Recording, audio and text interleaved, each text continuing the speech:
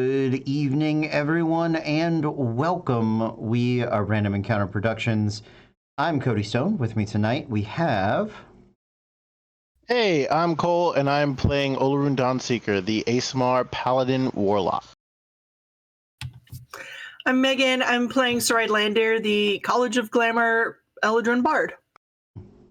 Hi, I'm Eric, and I'm playing Sirach, the Arakakra Horizon Walker Ranger. Howdy, y'all. I'm Maz. I'll be playing Talroth Oakenblade, the Wood Elf Scout. Hello, I'm Carlos. I will be playing Thousand Fahrenheit, the half-orc tiefling Forge Cleric. Okay, that is all of us. Couple of quick announcements tonight. Last week I did not record the show for A to Z Monstrosities, so I'm going to try to do that this week. Also, but some of the stuff is should be up on the Discord or up in the available to patrons. If not, we'll get it up tonight so it can be seen. I updated the Armor of the Undying Soldier and it in its monster form and its item form, so that should be available to you guys. And I believe I finished Bloodburner in its item form. I have not finished Bloodburner as a monster, as a flying sword, though. So that is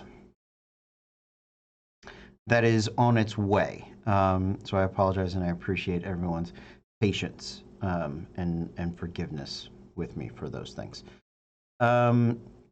Also, tomorrow, do we have Storm King's Thunder tomorrow? I am planning on putting out the call later in the night. All right, that sounds good. So potentially Storm King's Thunder. Wednesday, hopefully we'll have maybe a video game stream. I'm trying to work on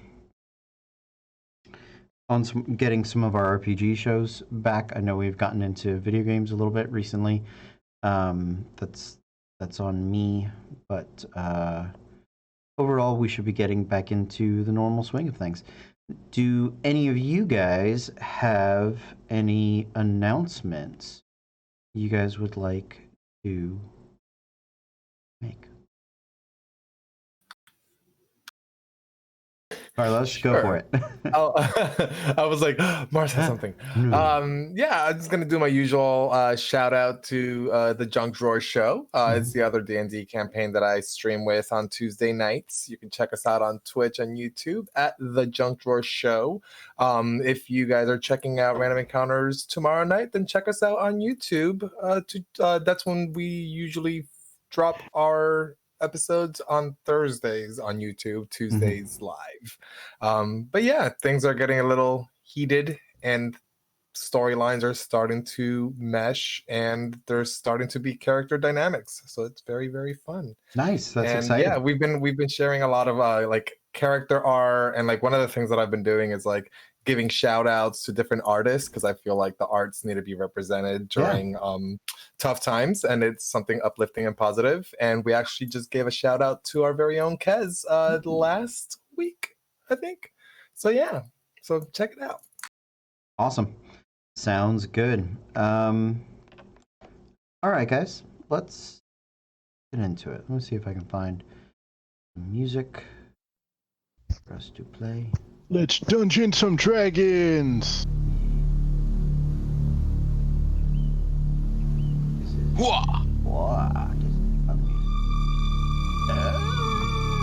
Thank you, boss. Thank you, boss.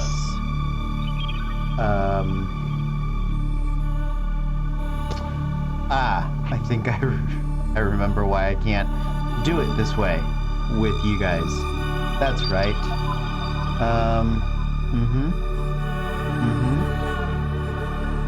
Okay. Excuse me. Somebody vamp for a moment. I apologize. I need to do the roll 20. So, folks, here's what we got. Something I wasn't going to say earlier, but since we got some vamping time, I'm going to vamp. And here's what I'm going to say. It's a little bit of shameless not self-promotion as much as it's promotion for another. Over back behind here, you might see another chair. In that chair is usually my wonderful fiance. And if you, by any chance, are an elementary school music teacher and you've been teaching online and you've been trying to figure out, golly gee willikers, what am I going to teach these kindergartners today? You might want to go over to a YouTube channel called Ready Go Music, where my lovely fiance is putting together some fantastic musical teaching aids, rhythm playlists, and some form chart videos, and she's making new ones every week. So by all means, head on over, give it a look, see, maybe you like them. Or maybe you just want to work on your own rhythm. You're like, you know what, I'm pretty cool, but I just got no rhythm. My beats are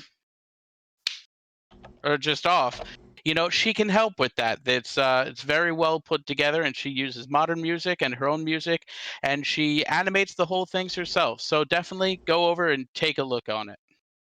Ready That, Go Music. that's really cool. Yes, please. That should have been. Say that all the time. I just don't know how many elementary school music teachers that we have watching the stream, so I've just been Yeah, that's true. I Hey, get it. a friend knows a friend knows a friend.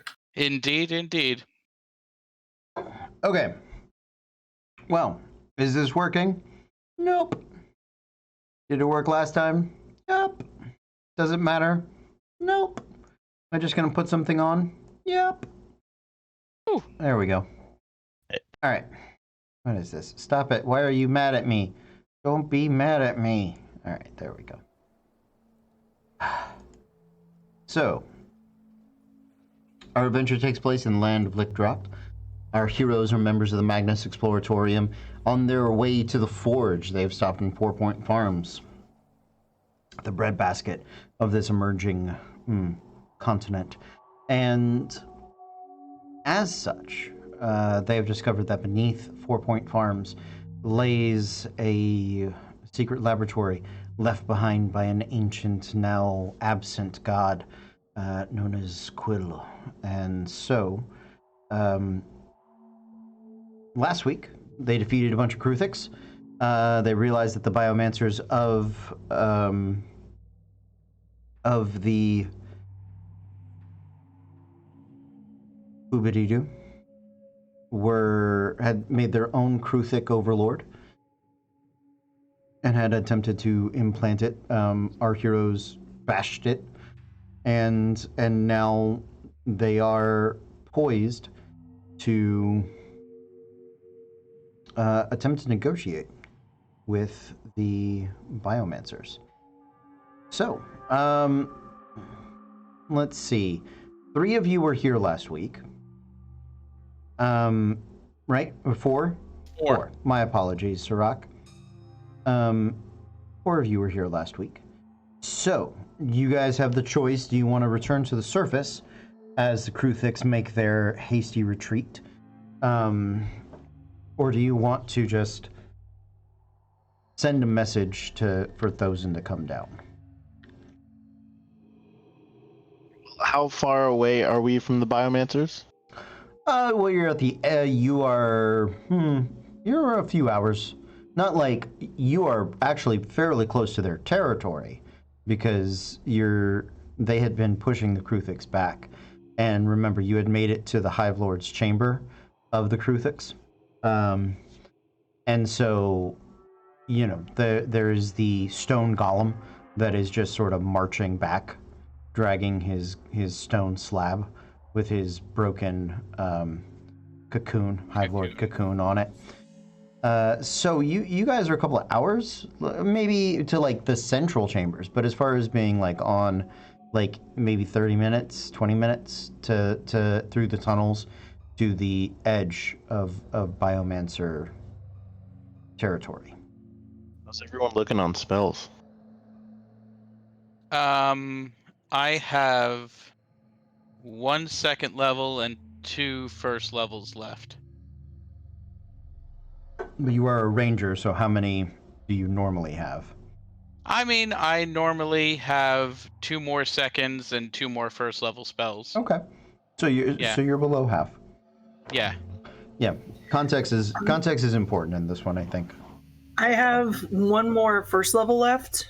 And I think I've only used like a third level, and I have all my uses of everybody heal and run away.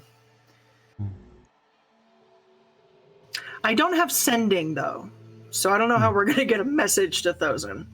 Well, who else was with you last week? Treasure. We had Treasure, The other yeah. spellcaster. Right. So Treasure can take a trip upstairs, and Thosin can come She down. can go run and tag him out. Yeah. Okay. Okay. Yeah, I'm also out of spells. Yeah. Okay, Mr. Scout Rogue Well guy then, over shit. there. Let's long rest. But I was I think a long rest might actually be kind of beneficial for all of us.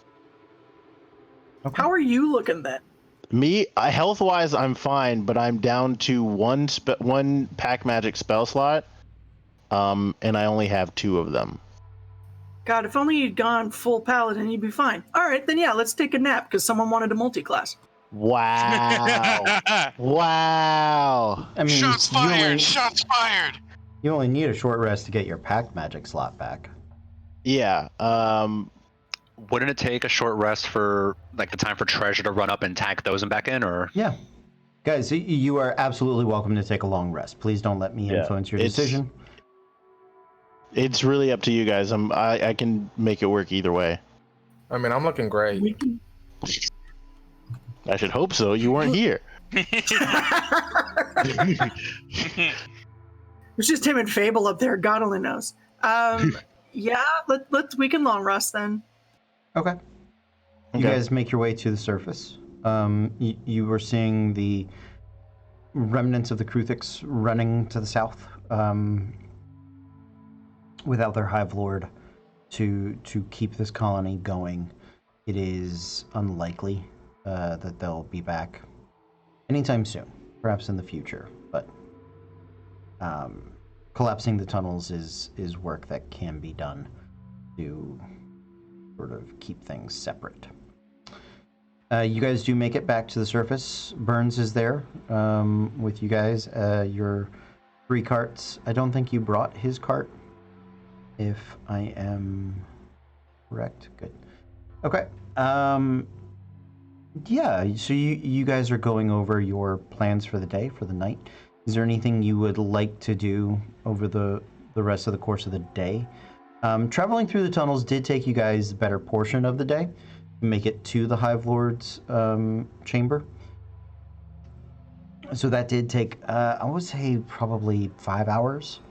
Getting in there, getting through the far southern reaches, and I think one of the questions that we should be perhaps considering is, do we wish to attempt a foray into the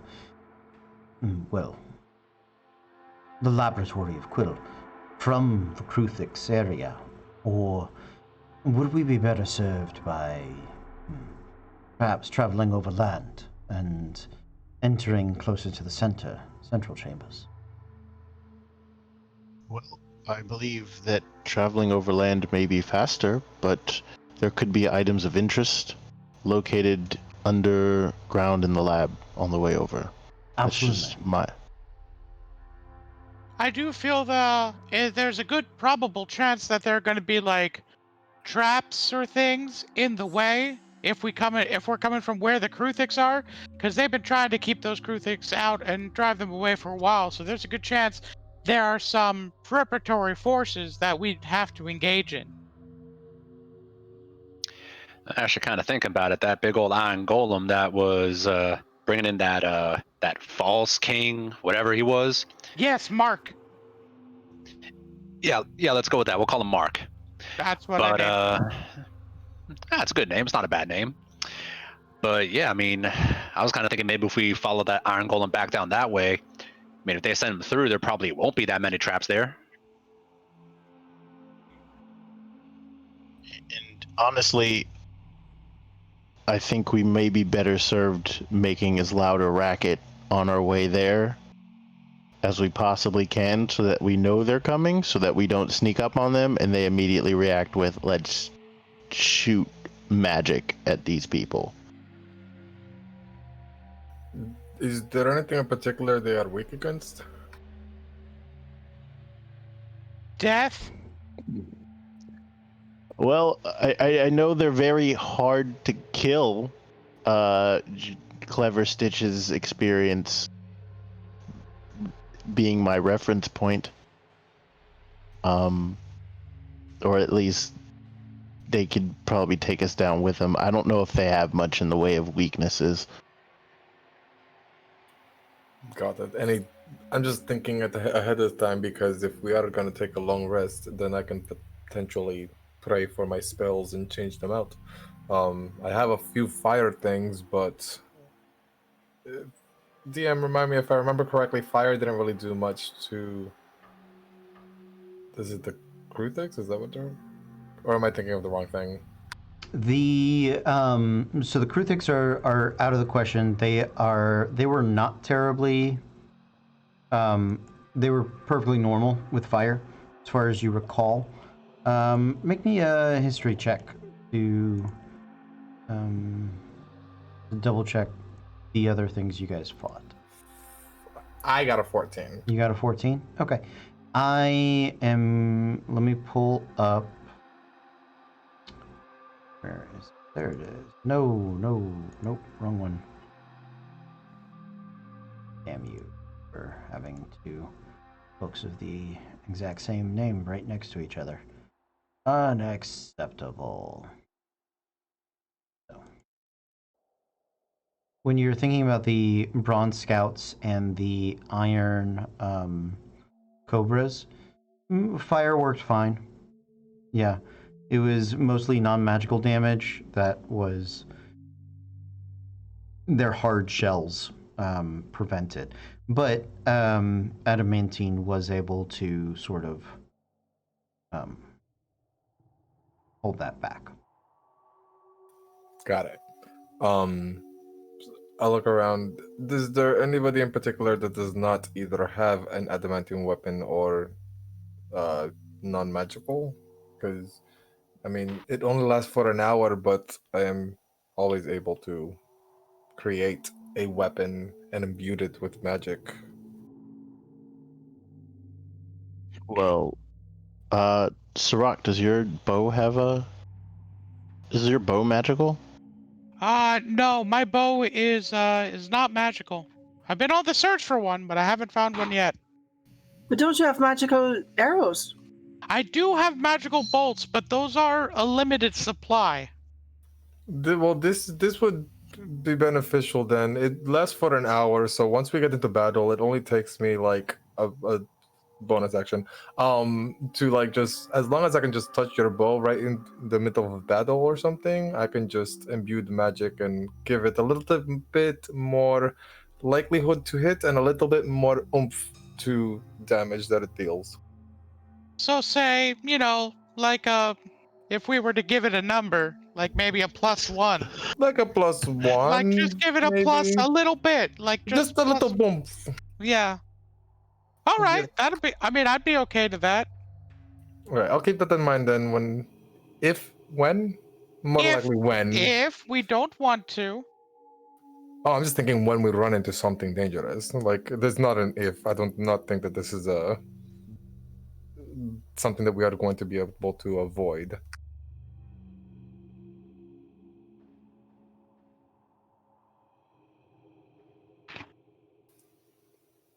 Well, I think we have a general plan-ish.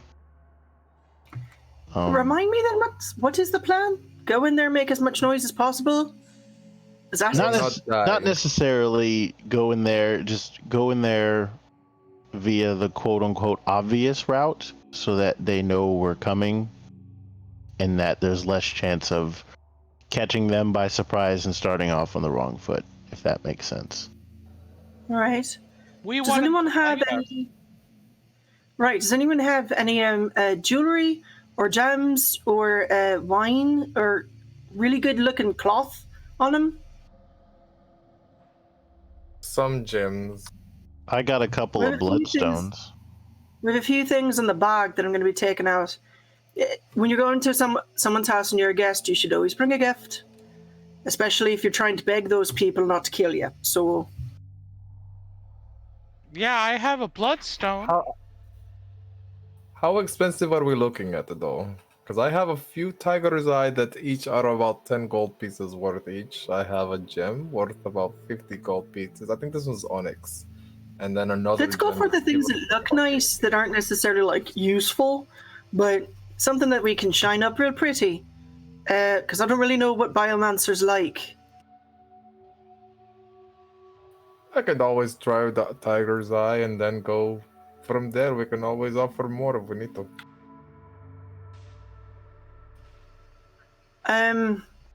Right, yes. I'm trying to think.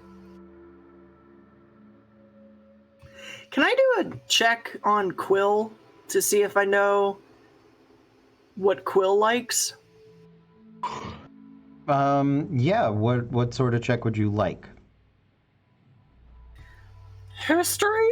All right. Yeah, make it a disadvantage.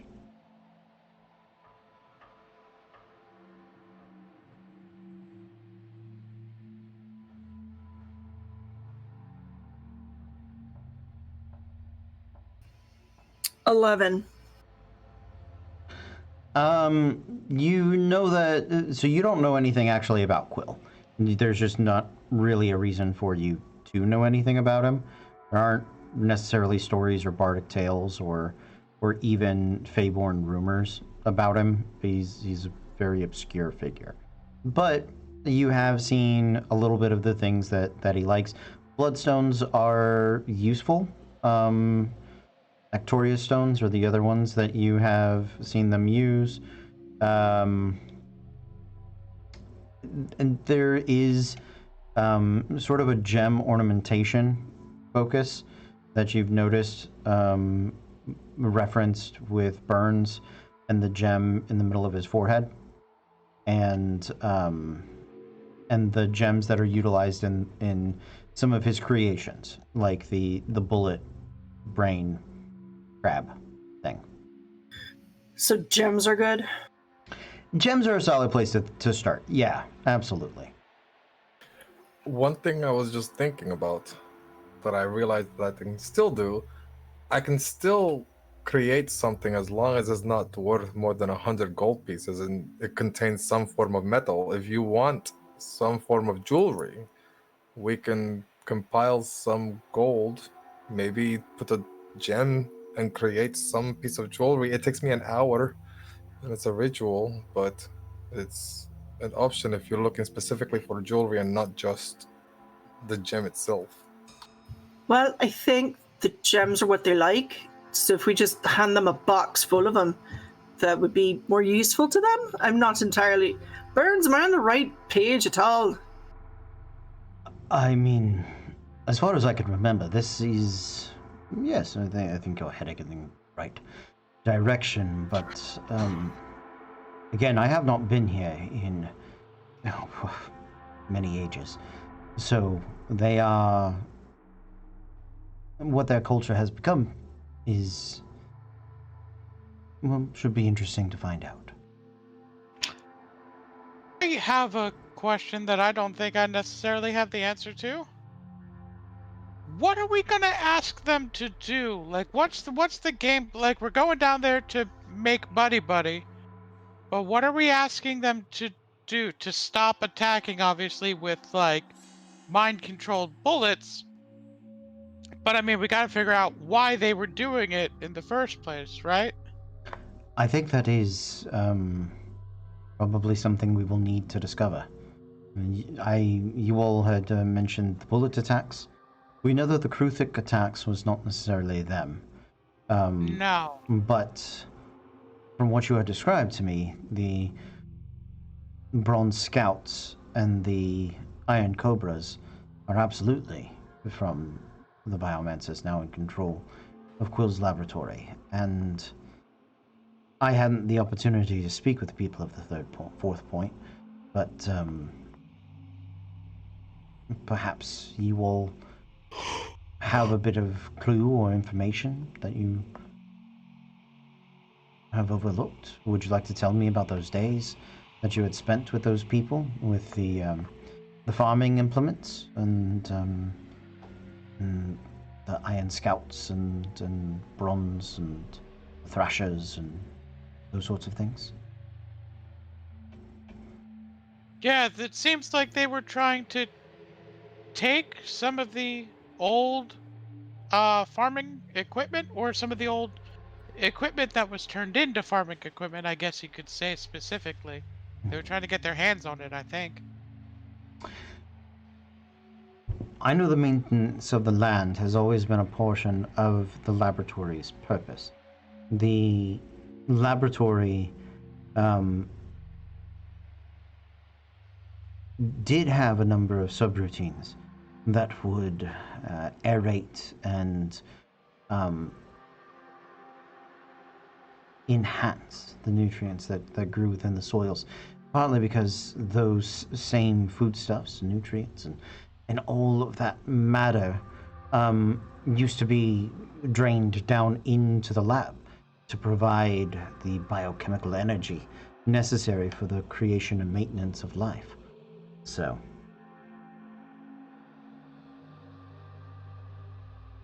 Of course, yes. I'm not sure why the scouts or the cobras would be attacking the people. The people would seem to be doing the same purpose that these implements were designed for. Burn sort of chews on his lips as he thinks it over. You can look at him and you tell it's a newer habit. It's definitely one of his newer personality traits.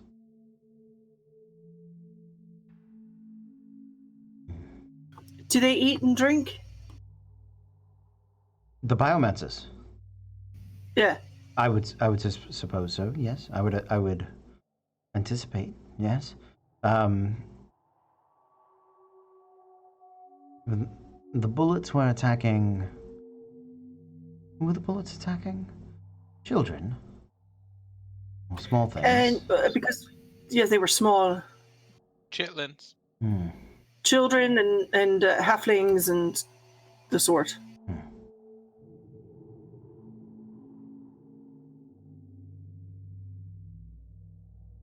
Maybe they just don't like short people.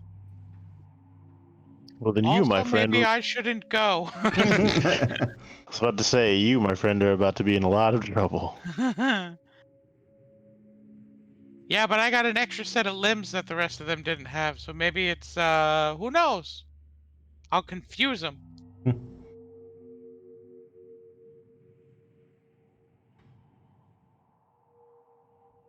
So we gotta get there, we gotta talk to them, we gotta figure out what they're trying to do, and in the nicest way, tell them to stop. That does Yeah. seem to be it. Who's the most Oh, I like charismatic? it. I think it's the best shot we have, honestly. Well, depending on who decides to speak with them, I might be able to make you more persuasive for an hour.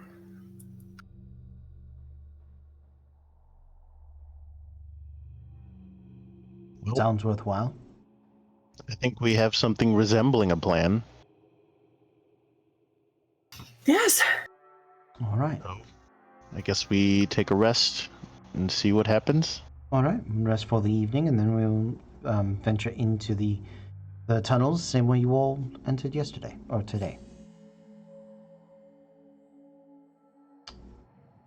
With that, you guys set up your watches. Who is first? Tiny hut. Tiny hut. Okay. Tiny hut can fit up to 8 people. Yeah. So there are 5 of you, plus Fable and Treasure. Treasure. Thank you. I'm so sorry, Kez. Fable and Treasure. So that gets you up to 7. There's Burns. There's Raven, and there's Raven's inside. Okay. And Screebers. And Screebers. So Burns and Screebers are outside the hut? No, Sirach will be outside the hut. Yeah, I'll be outside to let somebody else in. No tiny hut. Take watches. Well, I mean, we're still taking watches, yeah. Okay. I mean, you can. It's just it's up to you. There's a limitation on the hut, and you guys have friends with you this time, so a little different. Who's on first watch? All right, passive perception. 15. All right, second 18. watch. 18. Third watch. Yeah. What's your passive? 12. 12. Okay. And fourth watch. Allurin. 11. 11. Okay. Uh-huh. Well, nothing's getting through at the beginning. Okay. The night passes mostly without incident. There is in the early morning hours, seeming to be some of those bronze scouts at a distance, sort of rolling by, and you can recognize them by the little sparks of blue electricity and those spiky, awful wheels. They don't really seem to be approaching the camp, but it is in those earliest of morning hours. They're not terribly stealthy, that they are patrolling the area. So, day breaks. You guys can make any preparations you would like to make now. And then I will need to know who of your NPCs you are taking down with you. Well, We're taking Take- Burns. Okay. and we promised Raven the laboratory, right? Yeah, yes, do we need to have the conversation with her that we don't have the laboratory as of yet? This is more of a go down and introduce ourselves sort of thing? So she doesn't think she can just sort of like kick the door down and start playing now. Yeah, I like the idea that she's kind of smart, right? Like she's like intellectually smart about a lot of these things. And these biomancers are probably fairly intellectually smart. And so if we have Raven with us, like we could have a, discussion about ethics and morals and whatnot, but then they start talking about polynomial functions and the, how the metachlorian is the powerhouse of a cell. And we just, that might not be our forte, where Raven's going to eat that shit up and she'll be able to talk to him on that level. Agreed. But again, just I'll go have a quick chat with her, let her know what's going on. So she doesn't like go in there, guns blazing, and start touching stuff. Okay.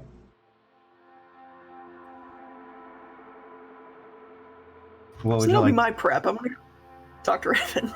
Okay. Yeah. You find Raven. What would you like to say to her? Oh, good morning. Hi. God, if I were 200 years younger. So we're gonna go down to the labs today, and we were thinking maybe you'd like to join us.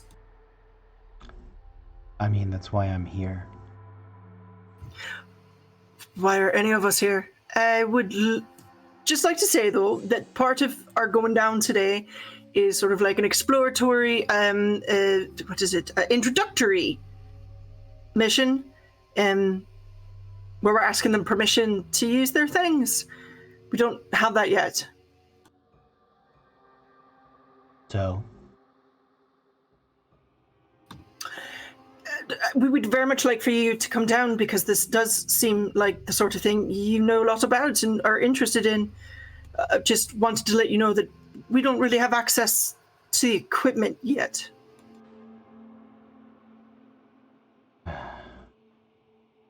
okay. Would you like some breakfast? No.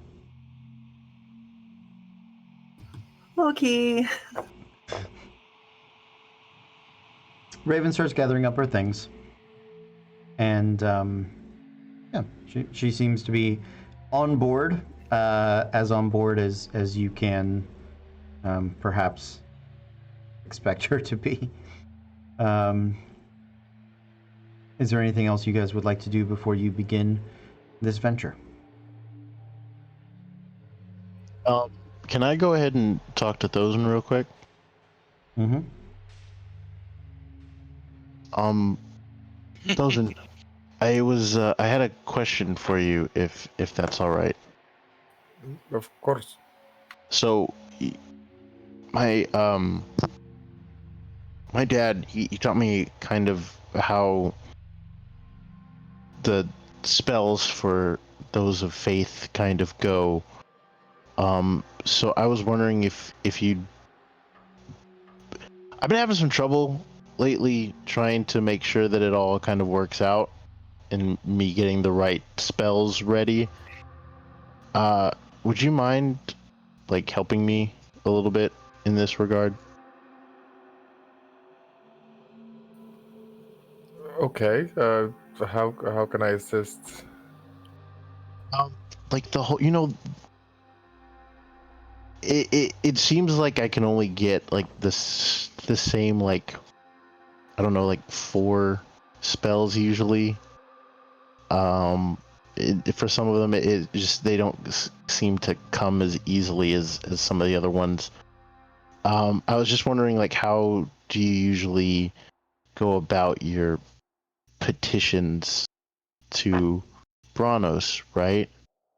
Correct. Well, usually part of either my wake up or my going to sleep routine is to pray to Branos. And like, for example, if I pray at night before going to bed, I think of what the task will be at hand for the next day and envision or have him help me or guide me to have the abilities to be able to assist for that task. For example, last night, one of the things that I prayed for was the ability to give someone for example, the more charismatic. I am able to enhance an ability. It doesn't exactly have to be your charisma; it could be your strength or whatnot. Um, so it helps to know what task is at hand. Usually, I don't go around asking to change my spells too much, just because um, fire is my specialty. So I tend to keep anything fire related on me at all times. But um, with clerics and with the faith in particular, the assistance of the god helps, and your faith and bond between the two of you gives you that strength and that ability to be able to change them out. Now, obviously, clerics have their limits. I do not have access to all the spells that Branos can grant me, but usually I just ask beforehand or in the morning when I wake up. But how do I say? The stronger my faith is and the stronger my bond is to my god, the more powerful and the more spells I am able to learn. If hopefully I'm not losing you and this all makes sense. Yeah. It kind of makes a little bit of sense, I guess. Like, where, if you do not mind me asking, where do you draw your abilities from? Like, is it a specific god or is it from yourself? Like, Well, I mean, my dad, he taught me, um he taught me to follow Dylion. So in terms of all those, in terms of, you know, me learning holy magic, and that I pray to him every morning, but it doesn't, I don't know, it just doesn't quite seem to be there as much as I would hope it would you know. So just trying to, I'm just trying to figure out what the process is, if there is one. Well, I would say it's something that changes for either from individual to individual or from faith to faith. Like, I do what works best for me. I enjoy working with my hands, and I am more focused when I'm either shaping metal or just fiddling with something. If you notice, I always have some form of trinket to work on, just because that's just the way that my mind works. Obviously, this is not going to work for everybody, but it is what I have discovered over the last 20 years that works for me. And then for you, once you know what that is, and it helps you focus, and it connects you more to who was this again that you had mentioned? You know, my dad was the one who kind of was like, hey, here's a god, you should follow them. Well, So, I don't think you should follow someone because someone tells you to follow them either. It's something that you build a connection to. I did not discover Branos until my accident with the volcano, which is how this all happened. And I'm not uh, saddened by it. If anything, I am grateful, because this reminds me that what seems to be an end could also be at the beginning. You know, when we hit our lowest point, we are open to the greatest change, and my life has changed for the better. If it wasn't for this and me following my faith in Branos and me discovering the connection I had with him, I would have never met any of you. So no one told me to follow him, and if this god is, or goddess, whoever it is not who you feel is the path that you belong, find your own. Follow your heart, and your faith will take you to where you need to be. It doesn't have to be to whoever your father told you to. and he just kind of like blue screens because he's trying to compute all of that in his head. um. Oh. Oh. Okay. I hope I didn't lose you. No. No. I'm just. You've given me a lot to think about. So, thank you. You're Those welcome, are and I hope it's for the best. yeah. Well, I'm not one to diddle daddle on what people want to hear. So just know that if you're ever seeking advice and you want my honest opinion, you will always have it. I appreciate that. Thank you. Of course. Should we And get then, ready to move on? yeah, I think so. And then we'll kind of move to the rest of the group. Okay. I follow. As you guys are entering back into the tunnels, what is your marching order? Right up I- front. Okay, Sirach going first. He led yesterday, so that makes sense. Who's going second? I'll go second. Okay. Third?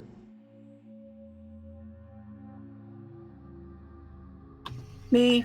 Okay. Fourth? I'll go fourth. Okay. And I'll bring up the rear again. Okay. Where would you like Raven and Burns? I'd say between Olaroon and Thozen. Okay. So probably with Saride. Okay. So in front of and behind Saride, or do you want Saride next to Thozen? Put Burns in front of me and Raven behind me. Okay. Sounds good. Sirach, make me a survival check with advantage, please.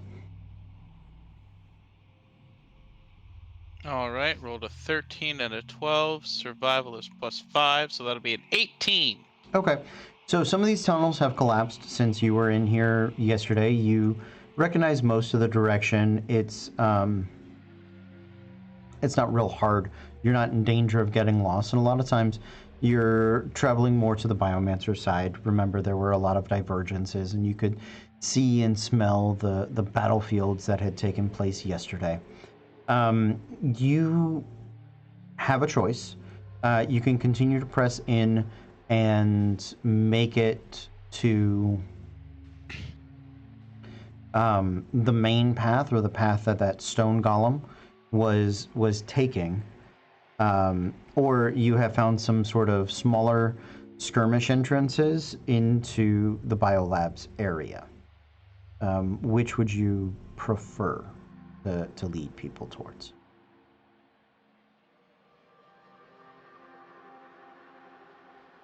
I'll say the smaller paths. Okay. As you are traveling down these smaller paths, you continue to weave and navigate. Some of them are a little smaller, a little larger, all sized for medium creatures. Ozen, being as large as he is, does have to hunch occasionally. But other than that, the traveling is relatively easy. Not that Raven's size would acknowledge that. You do find sort of a break in the stone that is pretty small. Small creature, or you guys can squeeze through there. But if you hadn't been looking for it, you probably wouldn't have found it. And it does appear to be where the stone walls had kind of been broken down into the metal lab. You can hear the echoes coming from within. And it looks like this has been attempted to be patched and broken into a couple of times. So you think that this was a strategic sort of Kruthic entry point in a weird way. But it is a way into the lab. So I'm gonna turn around. Who's directly behind me? Dozen. Thousand. Okay. So I might have made a wrong turn. Dozen, I guess he didn't like that. He didn't like that answer, guys. Dozen decided not to listen to you and has put his All hands right. over his ears, closed his eyes, and begun to la la la at Who's you. behind Thosin? Burns. Burns. All right. Burns. Yes. So it seems like the turn that I made. You see this little like crack in the wall? No, where? There's... Yeah, here. And I'll just kind of like point at it very Oh. directly. That is a small crack in the wall. I'm so sorry. It is. So it seems like that is actually like an entrance to their lab. I think I hear him on the other side of that crack. He sort of gets down and puts his ear up. And, no, you're right. That is. That might be our entrance. Okay. My only fear is it looks like this has been an entrance that some Kruthics have attempted to use before. So I don't want to like scare them as we come in through there. Or perhaps you, with your... And please do forgive me, but your aerodynamic bird-like head could peek in and see were there some to be scared. I like that. You're welcome. I like that. Yes, right. This can't go wrong. Not at all. Yeah. I'm gonna kind of like stick my head, kind of get down on all fours and kind of like scraggle in there and see if we can't, see if I can't. Make a stealth check at disadvantage. I don't wanna. I rolled 2 4s. Okay. So the answer is 4, and so that's gonna be 11. Okay, so the entrance is small. It is a little tight, and you realize that some of these rocks are sort of been collapsed down on top of. When you get past the rocks, you do see thin metal plating that has been torn at and cut open multiple times, and you can see sort of the burnt edges where they had maybe tried to put plates on it in different places, and it's a little sharp, not in the way that's going to hurt you, but it definitely threatens to like scratch your armor and catch and snag, and you have your wings folded around your body. They're not piercing the feather like through the feather layer to the skin or anything, but you're definitely feeling it catch. So it's difficult to be quiet in here. You're pretty much everybody's gonna scrape their way through this tiny opening. Not tiny, but smaller opening. You do poke your head in, and you kind of look around. It is a tunnel entrance, very similar to the tunnels you guys have traveled through the lab this whole time. It is one of the newer ones. You can tell that just sort of looking at the construction. Looks like it was built together pretty quickly. And it does end cap about 50 feet past you, down to your left, and but to the right there is a turn that leads you north, and north is the direction generally you want to be going. North is the deeper portion of the lab. There doesn't seem to be a lot of activity. You can hear the echoes traveling from down the hall. Even they sound fairly distant. So breaching the tunnels here seems relatively safe. Yeah. I'm going to fully pull myself through to the other side. Okay. And kind of kneel down and just go, It's safe to come through. If you can make it. All right. So as you guys are, if you're attempting to be stealthy, as you make your way through the tunnel, make a stealth check at disadvantage. Thozen, you are up next.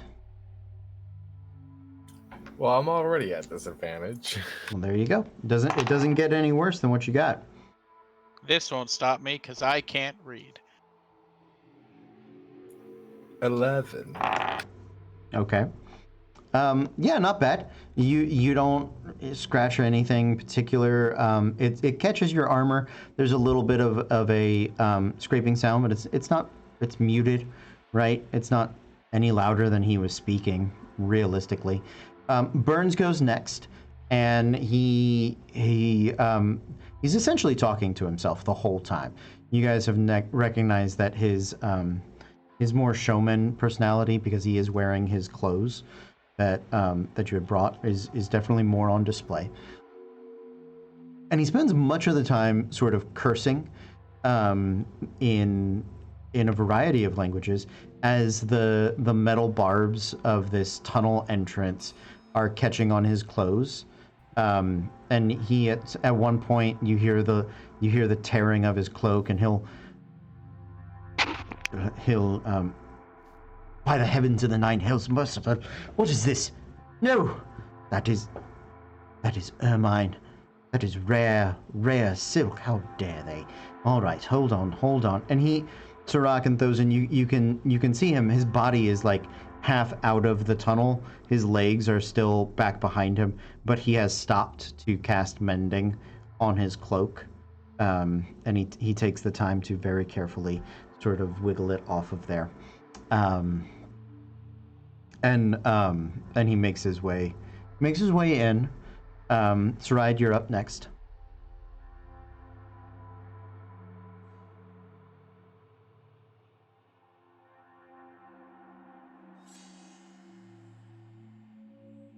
Okay. Oh no! Oh no. Oh no! Saride, roll me a d6.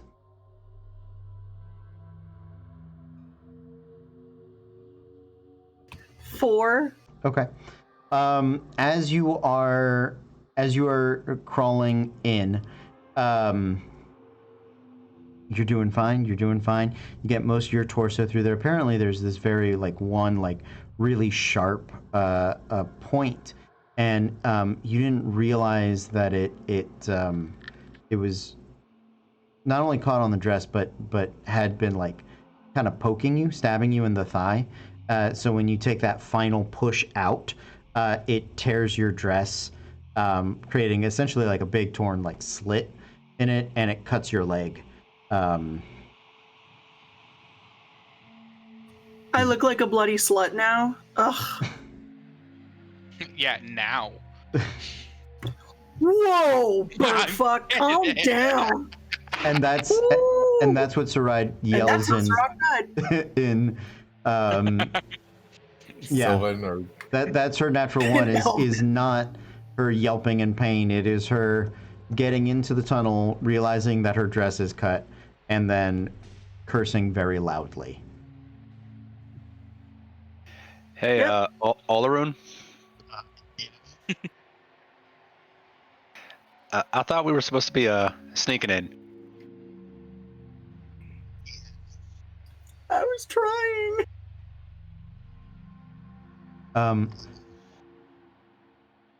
Can't really hear you, Cole. You okay? Can you hear me? There it Can you is. guys hear me now? Yeah, there it Okay. is.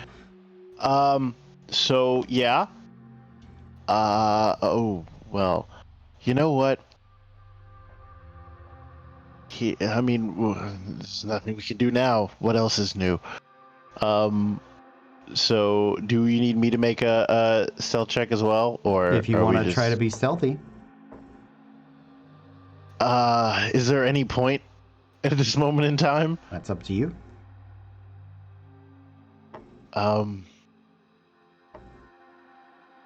Mr. Wright, let's just get up. I don't see this Okay. going our way. What sort of armor are you wearing? Me? Yeah. I'm wearing heavy armor. Okay. So as you're going through, that apparent like metal barb catches the back of your of the plates in your armor and is a very long, very slow nails on chalkboard scratch noise as you work your way through. Just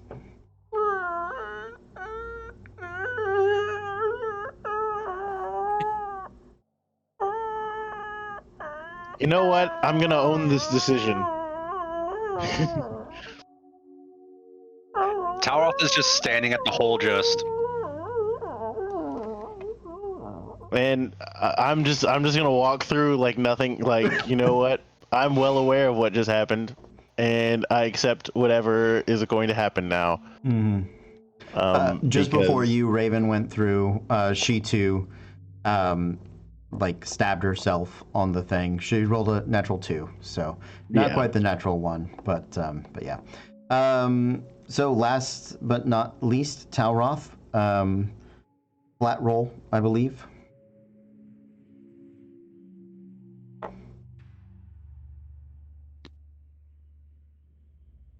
That is a 16. All right. I rolled a 5. You rolled a 5. Yeah. You guys hear you hear Talroth for the first time in forever as it catches on his shoe and hooks his shoe, almost taking it off when he comes spilling out of the tunnel. Oh, would you look at that? Hey, I thought we were supposed to be sneaky, aren't we? Oh ho! Oh, well, excuse me, Mr. Nails on a chalkboard. Hey man, I know what I'm good at, and sneaking ain't it. All right. I have mended my costume. I am ready. Let's proceed. as he was mending his costume, I'll be mending Sarai's dress. Okay. Thank you. You're welcome. I just turned to Talroth behind him, and I'm just like, So, He's putting more clothes on me. What do you I want? could just take it off instead if you wish. oh god, no. Ah. Then let's keep going. as you guys are traveling down the tunnels, they are very labyrinthine, but you do have some experience navigating them. As you're making your way through there, turning the corner, you don't see anything that seems immediately dangerous. You can look towards the south of this tunnel and see a different entrance, about 60, 70 feet up, into the tunnels that has been collapsed. That looks like they have begun to, now that the Kruthiks are officially gone, the golems of the Biomancer's labs have begun to close off entry points and begun to seal them. So you feel slightly fortunate that you guys were able to find an entrance that had not yet been sealed. You begin to travel to the north, making your way through these tunnels, the metal grate echoing beneath most of your feet, as even the lightest of steps has difficulty navigating the shifting plates and metal handrails that ring and ping and clang as you guys begin to shift and travel. As you head to the north, the lights begin to brighten. Those ever-burning candles, those emergency lights that you guys are familiar with. It is difficult to hide here. There's nothing necessarily obscuring vision other than long stretches and corners. But you're traveling at a steady pace, as best you can. Rounding ahead of one of the corners, you've slowly been hearing the clanging of metal footfalls that have been approaching closer. You cannot see them because of a blind corner, sort of a, call it like a digital 5, you suspect, right, of corners. To what end, you are unsure, but you guys have passed a few doors on your way, I should note. I did not suspect you wanted to investigate any of the side doors, as your primary goal is making it deeper towards where the Biomancers are. But if I am wrong, you guys can correct me and I can tell you if you found anything of interest. Would the doors have any windows? They do. So none of these doors have windows. Most of these doors are these similar perfect circles that are, we've described them as like vault doors. You have had some experience opening these. You're familiar with the locks. They're not the common lock picks, but they are sort of those tumbler pieces, right? So they don't really have windows for you to look in. Most of them are unlabeled.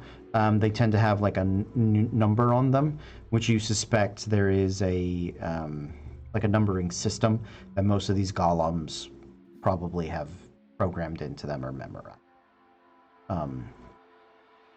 So it is up to you. Do you guys want to have been checking out the doors as you were going? So I will say,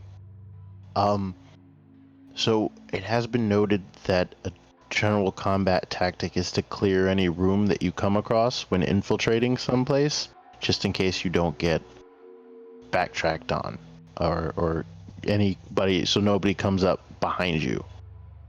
But I know we're kind of in a hurry, so I'm gonna leave it up to you guys.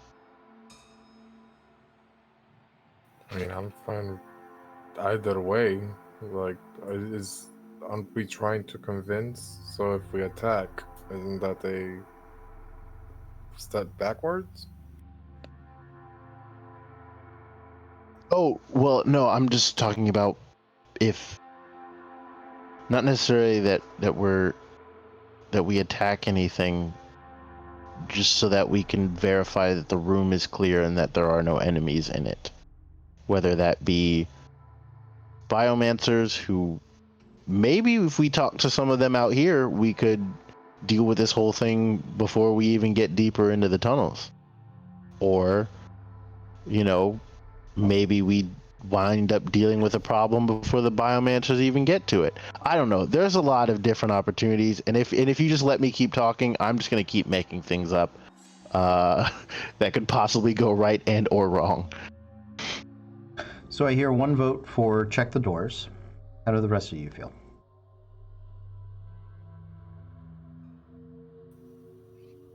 I'm fine either way. We can check the doors. I'll go for voting with Oloron. Okay, that's 2. Ride, what is your opinion? Oh, fuck. Sure. Let's do it. Okay. So No offense, everybody else is outvoted. Talroth, what did you want to say? Well, is it going to be an investigation or perception check to look for traps on those doors? Because while he was talking, I was checking. That's fine. What we're gonna do is this. To keep things moving, everybody roll me a percentile, please. We're going to assume that you guys have taken whatever time is necessary. I'm gonna use like the old 3rd edition. If you take 10 minutes, you can get a 20 on it, essentially. Right, you're just taking time. You're investigating the doors. However long it takes, you're taking the time to unlock the doors, to carefully go into them. All precautions are being observed. Olaroon, what did you get? I rolled an exact 50. Okay. 5-0. 5-0. Saride. I rolled zeros on both. So that's 100. 100. Okay. Sirach? 19. 19. Okay. Talroth? 40 even. Okay. And Thozen? 78. 78. Okay. Most of the doors there are about 20 doors that you guys enter in and come into. So both of the runes are zeros, because you posted a picture of your dice. I was like, that's not even a number, and one of those is a Celtic knot, so I'm not... Megan, we have to use the ones with numbers, sweetie. You can't just make them up. I got zeros! So, nicely done. Saride, roll me another percentile, please.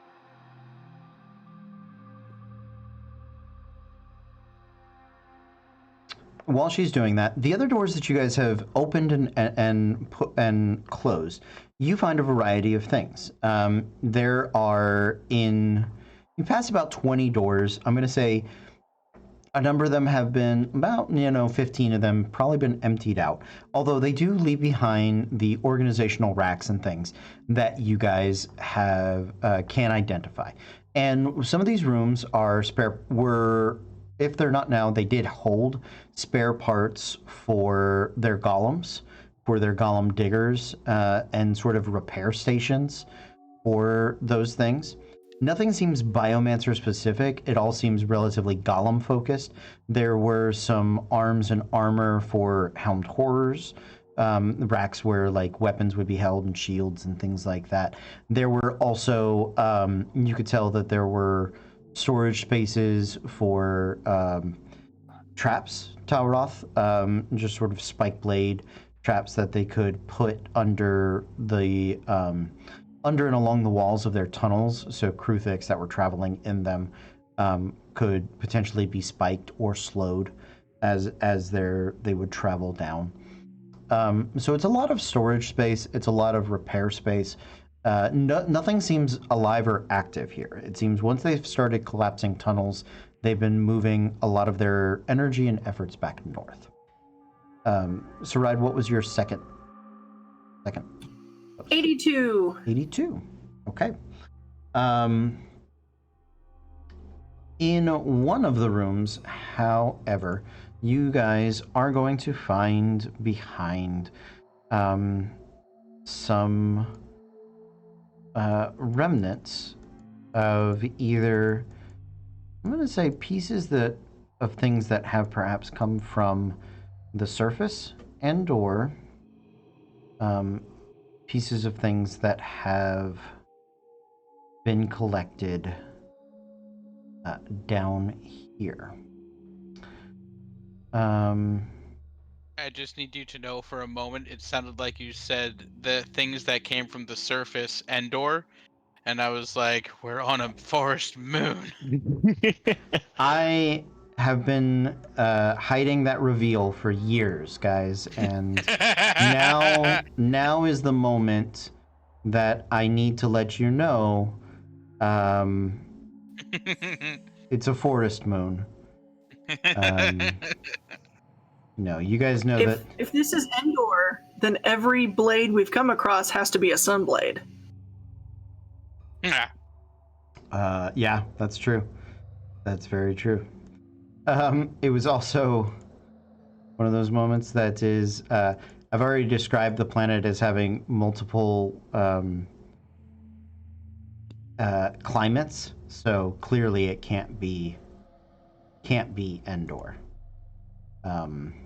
That's It just can't be any of the planets from Yeah, Star Wars because they exactly. get one climate. they They're get all one just One climate. weather. climates. That's all they get. That is absolutely it. To ride, roll me a third percentile, please.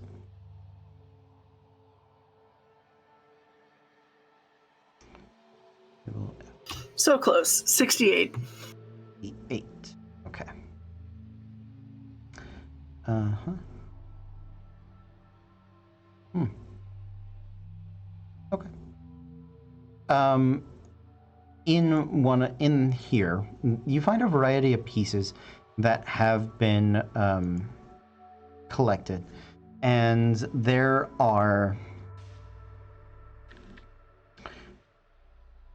there's a couple of suits of armor that have been encrusted with a variety of gems. Those don't look particularly useful, although they do seem relatively valuable. I will say that if you stuff the 2 suits into the bag of holding, just gold pieces wise, it's probably worth 2,000 gold pieces of the armor. And there is one suit of armor that does stand out as being not embossed in gems or anything like that. You can tell that these were perhaps used for helmed horrors or animated armors, other sort of golem-like creatures in the past. One of them was made out of adamantine, so it is an adamantine scale mail.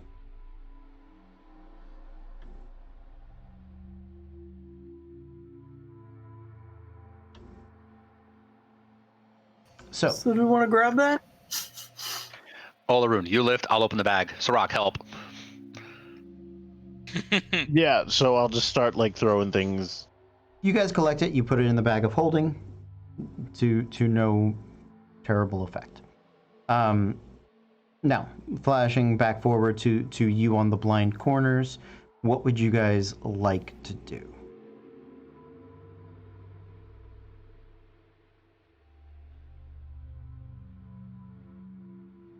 Start quietly going around them. Okay. All right. Then make me stealth checks, please. We have new. Our spells are back. I'm gonna cast Pass Without a Trace. Now he casts it. So whatever you roll, add 10. Of Thank course. God. 35. 15. 29. 22. 38. Okay. As you guys are rounding the corners, you do as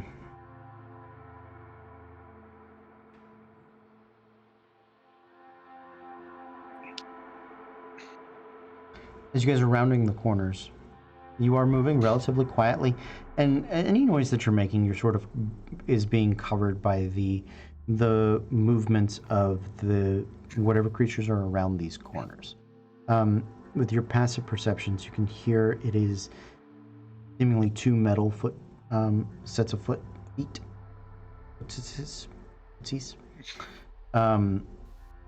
Sirach, you're leading them around the corners. You've made it to just around the last corner, you suspect, and you are there. What would you like to do?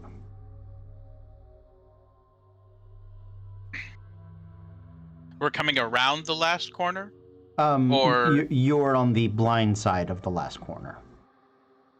Okay, can I like press up against the wall, just kind of shimmy over and try to like side eye, see what's down that way?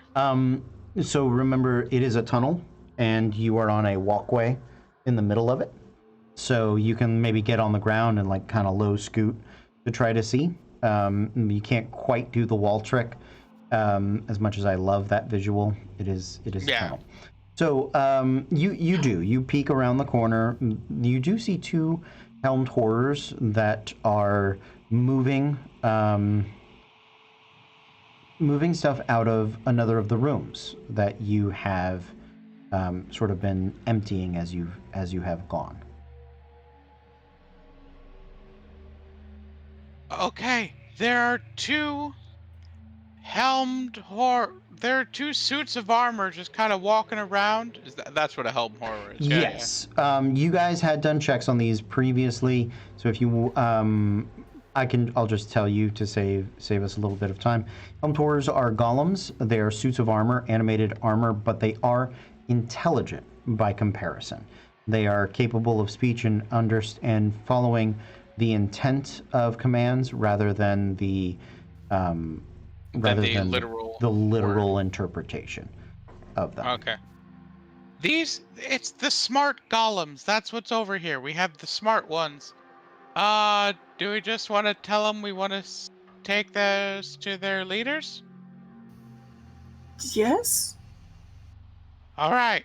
I'll go first. And I'm kind of gonna come up, arms up, no weapons, Okay. and just Hello, gentlemen. Or them. Hello, them. They You take us. Sorry. go ahead. Please. No, please. You were still talking. Go ahead. Take us to your leaders. The helm tours stop. One of them is holding a crate. The other one, it had been just about to like go into the room to grab some more boxes and racks of things. They both sort of stop, and there is no face beneath the nose bridge and the sleek wrapped helmets. But you can see them sort of twist and look at each other, and then look at you as though they are contemplating what to do. And one of them slowly starts to put down the box, and the other one sort of you hear a voice that is not its own, but it is just sort of a reverberation throughout the metal. That is, who is we? Myself and my compatriots. We are called the Archivists. They look at each other, and they look back at you, and there is no one behind you. I'll step out. Okay. Hello. Any time now. I'll kind of like step out behind him, just. Okay. One second. Burns is not stepping out. So he's sort of waiting to the back. And when Raven starts to move forward and realizes that not all of you are showing yourselves, she's going to be like, I'm not doing that then. They look at each other, and they look at the three of you now, and you're not authorized to be here. Correct. How did you get in? Ah, yes. Well, we got here after we helped defeat the Kruthix invasion on your laboratory. Make a persuasion check. I will pull out some of the armor from the bag of holding that we took off the bodies. Okay. But I think he nat 20'd anyway. You know, not nat 20, but damn close. I rolled a 19 with my persuasion of -1. That gives me 18. Nicely done. So the one that has put the crate down will stand up. The other one steps into the room. You can hear some things moving around, and when he returns, he has a sword and a shield. And you hear the one that had set the crate down say to you, "Follow me," and it will very skillfully, without looking where it's going, start to backpedal as it keeps its eyes on you. The one that has armed itself sort of waits there for you guys to move past it. And that's when I'm going to look back to the now only 2 people standing behind me, and I'm going to say, Come on, folks. I think we're honored guests. Of course, I'm not a coward, and I'm going to start walking. At that, I will come out and follow Saride. Okay. Now, Roth, what are you up to? Ooh, are Burns and Raven moving out? Raven is getting ready to. You notice Burns doing something with his cloak. Just kind of whisper over. Burns, scale of 1 to 10, good or bad idea? I have no idea. I don't think it's particularly good because last time I was here, I was locked in a chamber and had needles stuck in me, but that might have skewed my personal perspective on the subject.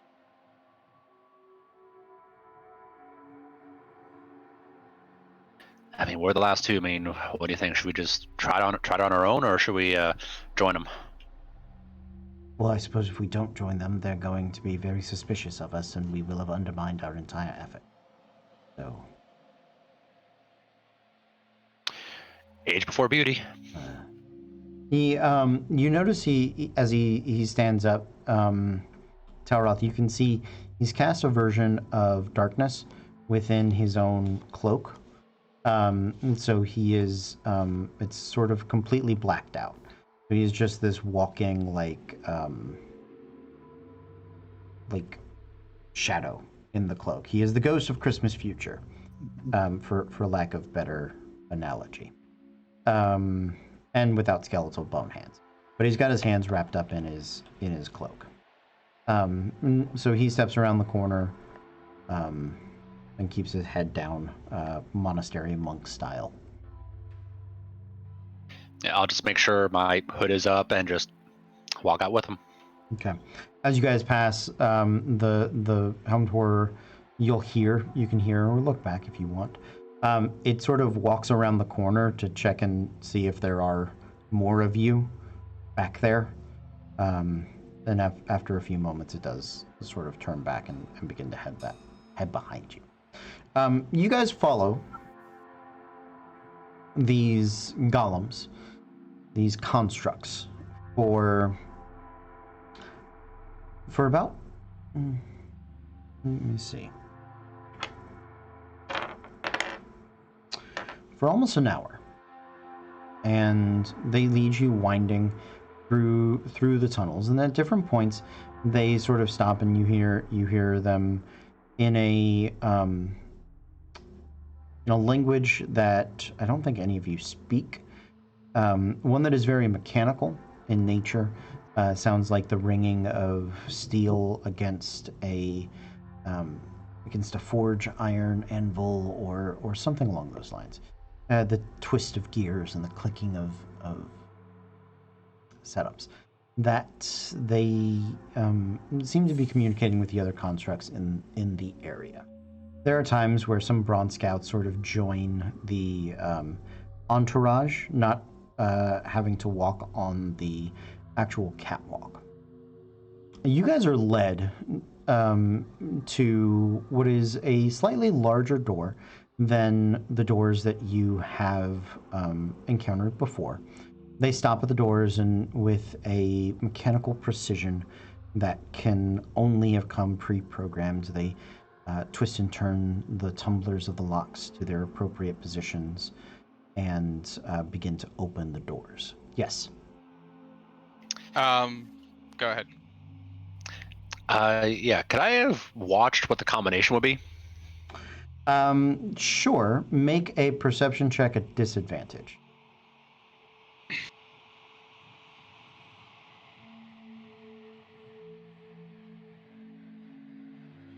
It was an 18 and a 19 on the die, so that's a 26. Okay. It's very fast. But you do sort of catch where they are. So if you need to open this particular door, you do have the combination for those 4 tumblers. Yeah. Sirach.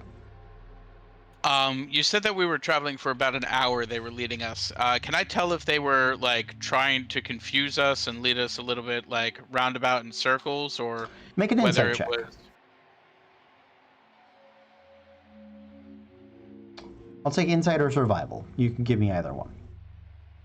I will then take survival for a 19. 19.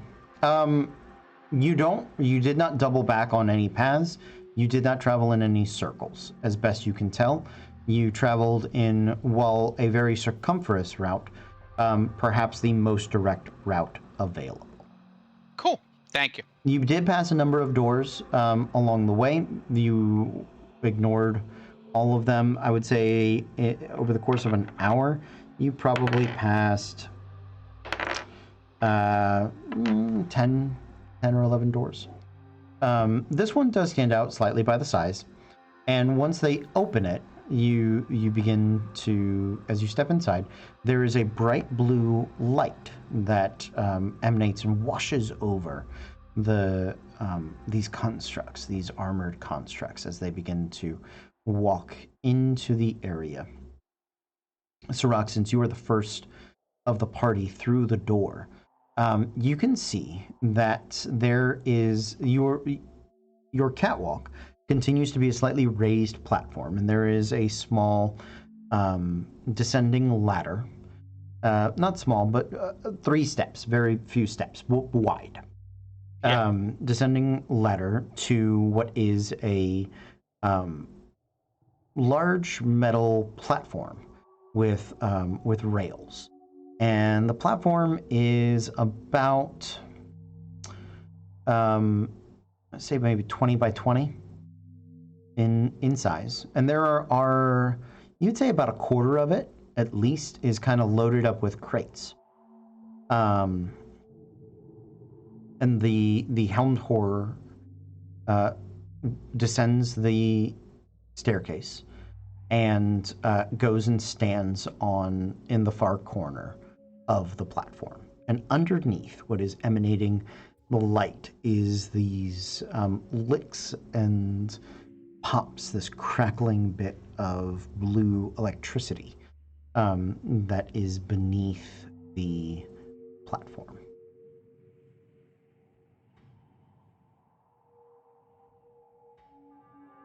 Well, this seems fancy. Go ahead. I didn't even ask what And I speak to the one who isn't armed. what's your name? It doesn't respond.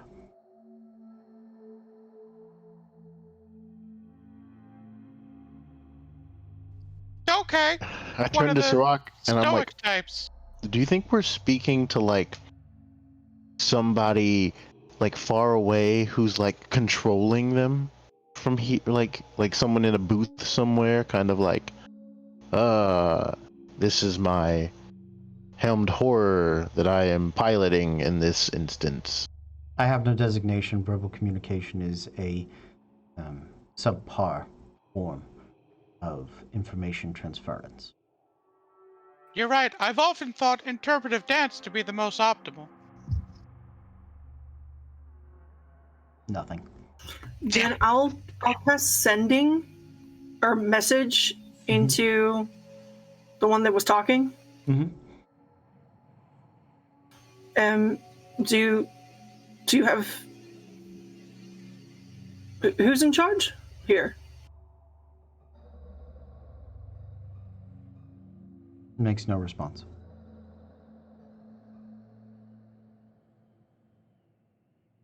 She's gonna curse in Elven. Seems unmoved. At the back of the line, the one that is armed begins tapping its feet to kind of menacingly, I'm gonna say this in the dumbest Simpsons reference ever. Its sword is pointed. It is not attacking, but it's walking.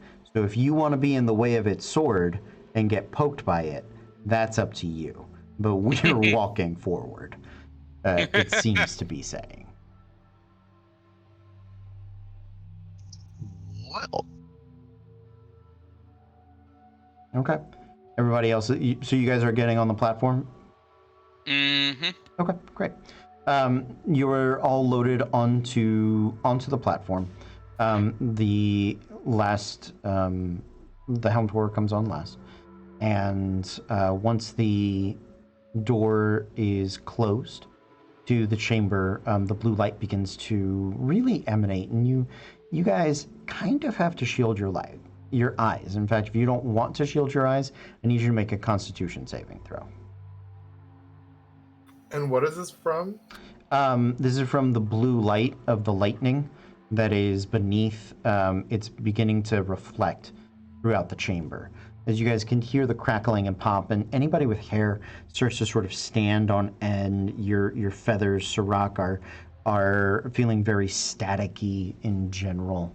And the light begins to get kind of blinding. So if you're not covering your eyes, make me a Constitution saving throw.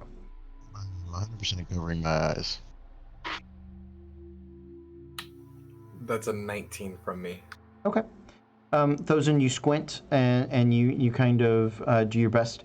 You are not blinded by the light. You sort of are able to keep your eyes mostly, not completely open, but you shield them in such a way that you can still see. Anybody else? Everybody else covering your eyes? Okay. With your eyes covered, what is a relative surprise to you is the sudden, quick launch of this platform down the tunnel. Not quite roller coaster, but sort of a lightning rail of I will say probably not designed for fleshy things, but down you guys go, and it is extremely fast, a speed which you don't quite know. As it comes to a stop, it does begin to rapidly slow down enough. So the launch was, I'm going to say, Hulk-like. The stop is far gentler. As you guys come to a stop in another very similar chamber, the lights begin to dim, the lightning diminishes, and the helmed horror that was armed now is the first person off of the raft, and goes and opens the door as you guys are being ushered back into the other part. As you step into the hallways, you can immediately tell a few things. This is a much older portion of the place. The lights are brighter, the power sources seem to be stronger. This is no longer the fringes, and you no longer believe it is just golems that are around. 5 minutes afterwards, maybe 10 at most, traveling down these hallways, you are presented a very large door that the helmed horror will open for you, and it creaks almost rust-like when it does, and it steps through, and you can hear the ringing in its chest plate as it declares, "We have brought archivists."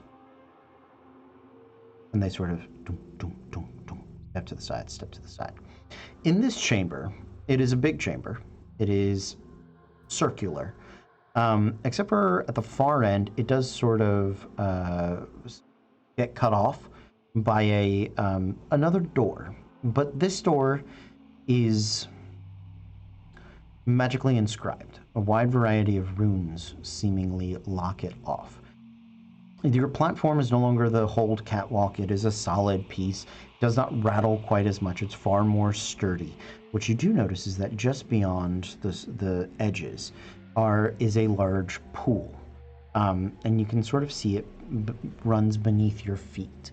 And you can hear things moving in the area. As you guys step into the chamber, the door closes behind you. And with a wash and a grace that is admirable, up onto the platform sweeps these four blue and green skinned, slightly aquatic looking biomancers. They are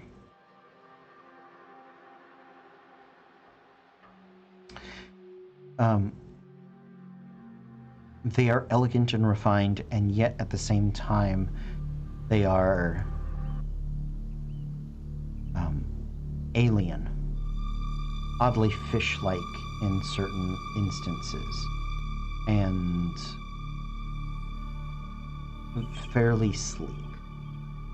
One thing I will note is that it seems most of their heads are bald, except for these almost coral-like growths that start right at the crown of their head and sort of creep forward and around behind their ears and up into their neck and down their spine a little bit. They sort of stop and look at you.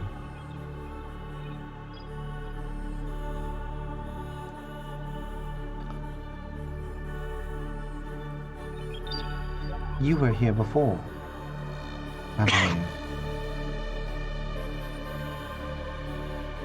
Yes, we were. If I'm not mistaken, your last visit ended in our brother's demise. A great tragedy, which we are very sorry for.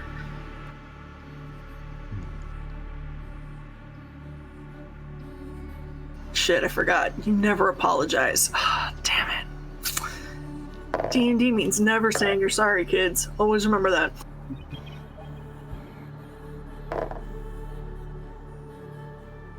Three of them sort of take small steps forward, and not menacingly, but almost as though they're eyeballing you in a way that they're taking an assessment of each of you.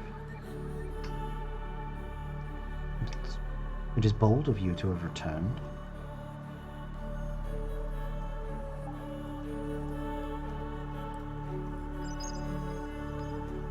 Why have you come before us this day?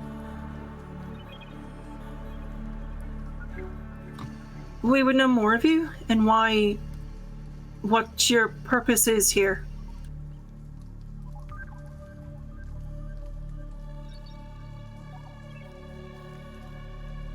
They continue to sort of eye you for a moment.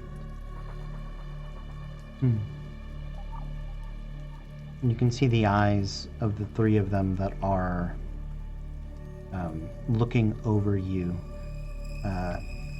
sort of glow in a crystalline blue and amber mixed together. They're very reflective.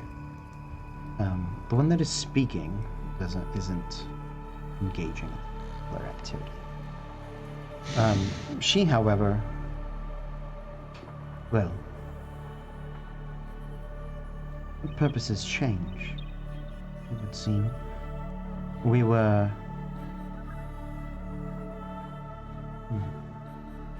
elevated to guide this land to safety against the Ruthic menace.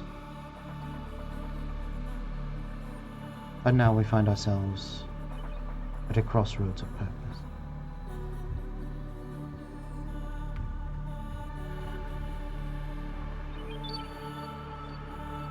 So, as to help with the elevation, we all took care of the Kruthic menace.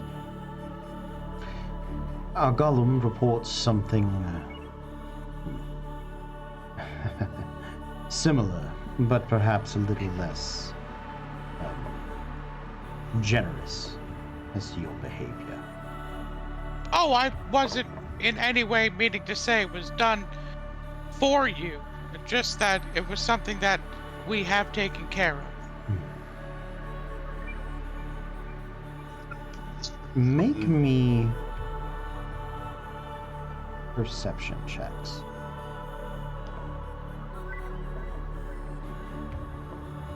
Let's just go with 15. In this instance, your passive doesn't help you. So, In that case, 8. okay. Yeah, I'm looking to see if you guys recognize a very fine detail. So 16. 16, 26. 26, 26. 26. Nice. Those 19. 19. 1 second. Let's see if What do our elf eyes see? I'm gonna tell you.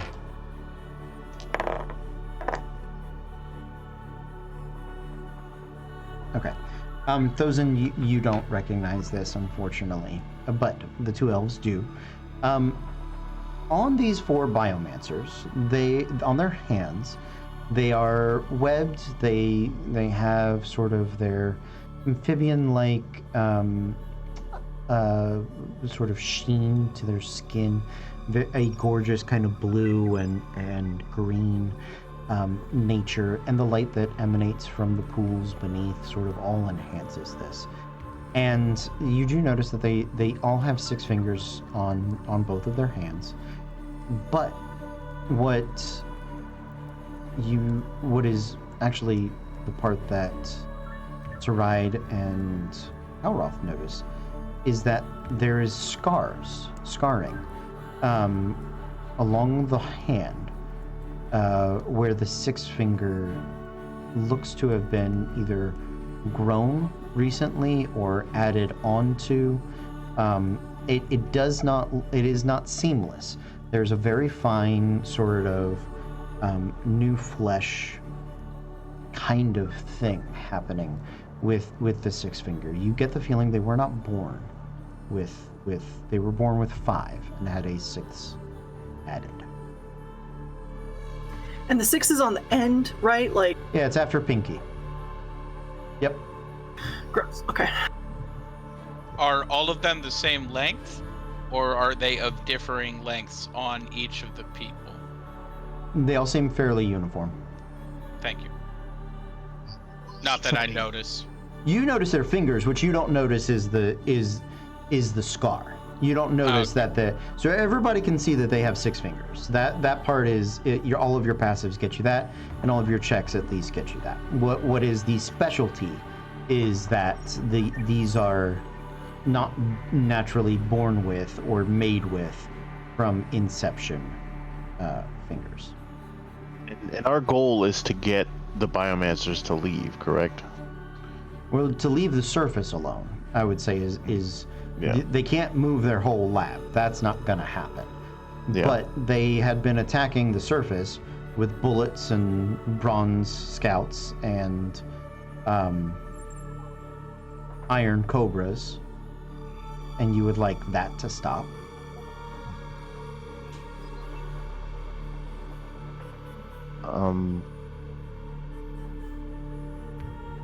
Let's see.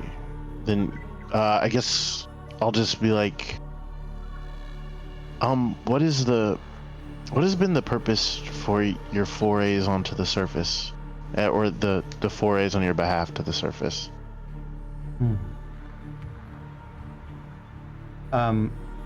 Make insight checks.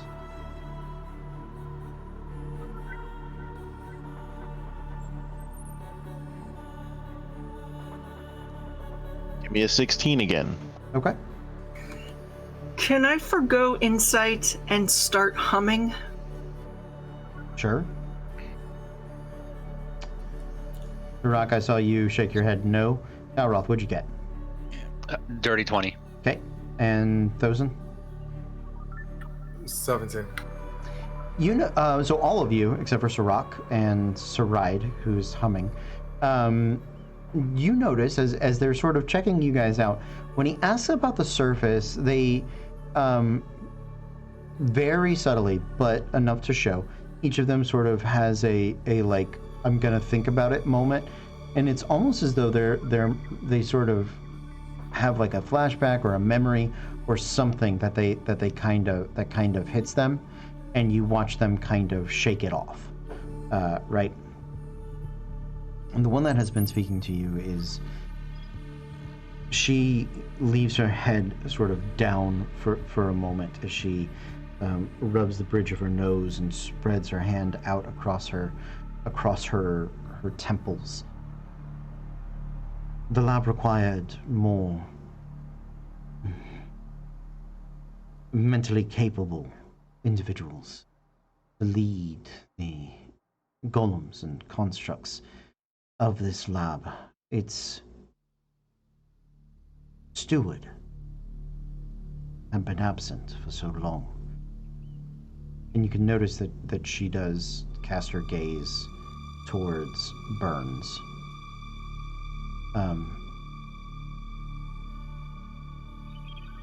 The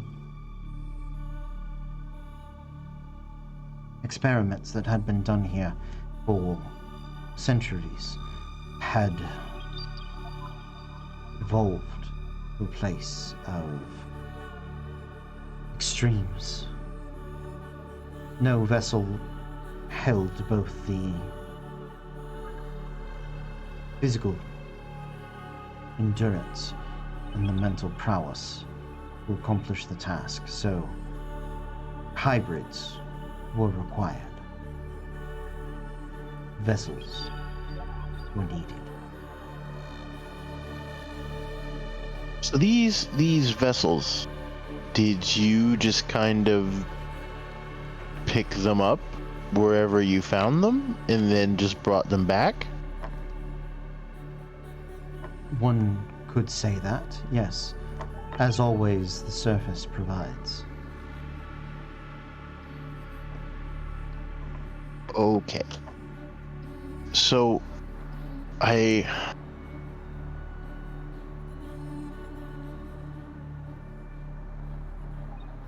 So, when you said the lab requires, is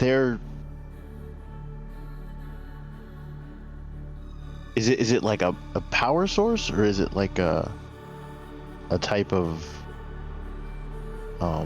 just experiments that you needed to fulfill? The lab required a general to contend against a invasion.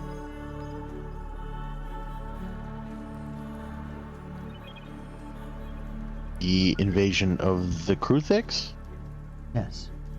And that's been stopped now. We have succeeded.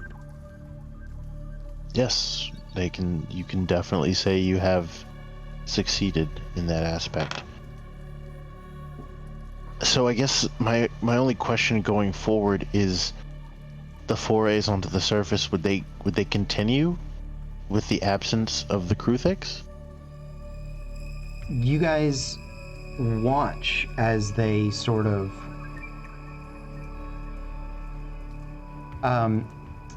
you guys have had send message pass among you guys enough that you can kind of recognize when people are having like a side telepathic conversation.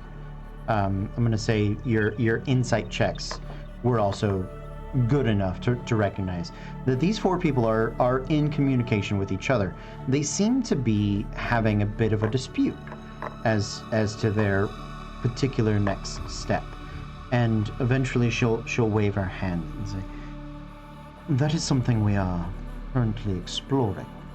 And it is, as best I can understand, why our servants, and she'll look at the helmed horrors, kind of like you dicks, have brought you before us. Although, I will admit it is beneficial that they have brought the steward before us. And at this, Burns will finally, and he'll lift the hood. Well, you can't blame an old man for trying. Last time I was here, it was unpleasant.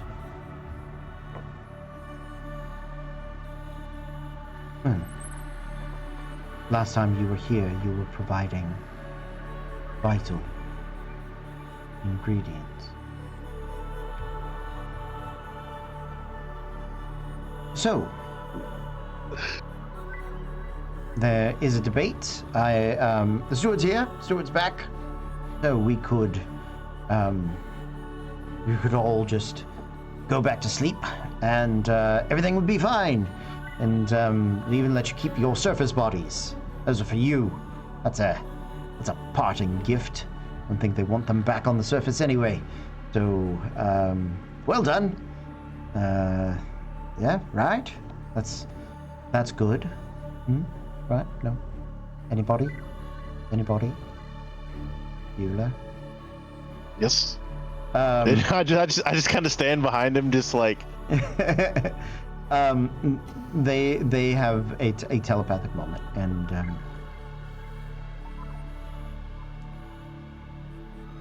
Steward, we find that your past governance to be insufficient, and so we are of a split mind. Perhaps were our brother still with us, we would be able to break this deadlock between us, but half of us desire to enter the biome. The others believe that our true purpose lies in continuing our experimentation here. Yes, Saride. Has it been a minute? Sure. Yeah. Were they listening to me? Maybe. Partially. Okay. I'm going to step behind Thozen for just a second and get all pretty. Mm-hmm. And then step back out Okay. and look at the lead Biomancer and sort of motion to Burns. Mm-hmm. And very, very sweetly say, serve. Okay. And I'm trying to cast command. Okay. I realize this isn't going to work. Let me go get my battle rolling dice. Oh, fuck. Who thought it'd be me, right? Shuffling my cards. Let me look up the command spell. It's because with enthralling, well, it lasts for a minute and it's 4 people. So technically it's all of them. Okay. But they have Wisdom to make a saving wisdom throw. save. Uh-huh. Mm-hmm. 1 word command. Mm-hmm.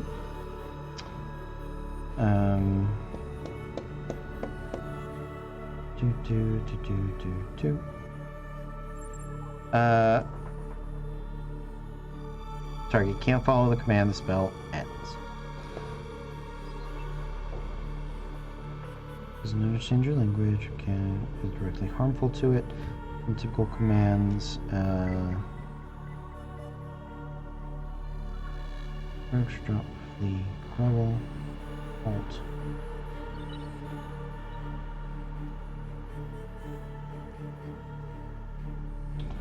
Okay. All right. Well, let me roll their wisdom saving throws. They do have advantage against magic, so the first two are... Oh no, come on. Scroll. Scroll. Okay. Biomancer. Wisdom save, +6. So the first one is a 15. And Meets the it, beats it. second one is a 19. And second set is an 18 and a 21. So as you indicate and your glory washes over them, you speak the command, serve, and they all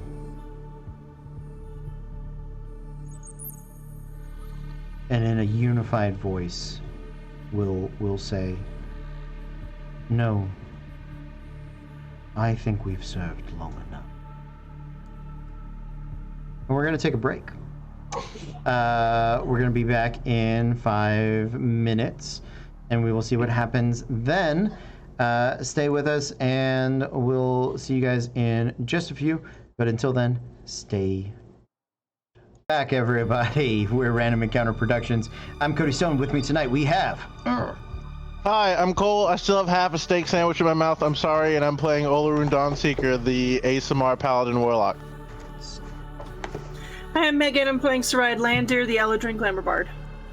Hi, I'm Eric, and I'm playing Sirach, the Horizon Walker Aarakocra Ranger. Howdy, y'all. This is Mars. I'm playing Talroth Oakenblade, the Wood Elf Scout that is not eating. Ah. And I'm Carlos. I'll be playing Thousand Fahrenheit, the half-orc tiefling forge cleric. Okay, so when last we left off, we had a few things happen really quickly. I've double-checked the wording on some abilities, which kind of might change the way things happen. So, Saride had been performing for a minute or more, humming a Mountain Lord song once halflings once sang in the halls of great men, and had attempted to charm the Biomancers. They made wisdom saving throws, which they would have needed to do against that first. They saved. As per the ability, target succeeds on its saving throw. The target has no hint that you tried to charm it. So, they would not have become hostile, and Saride, knowing that they weren't charmed, because if they're charmed, they automatically fail the command. But if she knew they weren't charmed, then would she have cast command? Is the question. No. Okay. So we're gonna rewind. We're gonna source code this up for 10 seconds, 12 seconds back. Saride finishes her performance, and just before she steps behind Thosen to prepare her mantle of majesty, she realizes that they had not been overcome by the enthralling performance, and holds back. Burns is going to sort of speak up. I don't think you understand what you're trying to do by entering that biome. Well, that is where all the other living divinities exist. We deserve to be there as well. Burns sort of looks around at you guys. And that is dangerous. Who knows how many eons have passed within that chamber? And we intend to find out. Or we could run our own experiments up here. But for that, we would require you. And he sort of looks around at you guys.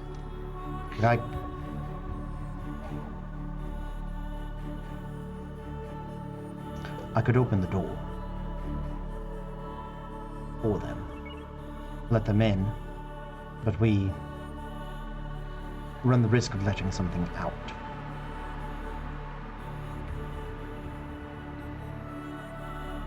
What do we run the... What could possibly be let out in that situation? Quill, before he left, thought he would take his own stab at evolution. Biome is a pocket dimension, held within that chamber, its own world, accelerated in time 100-fold. The civilizations that have risen and fallen in there, no one could predict.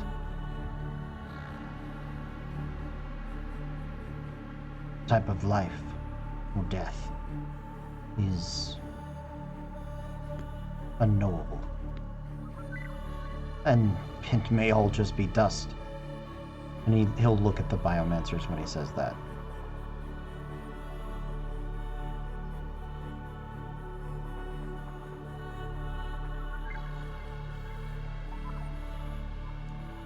Be that as it may,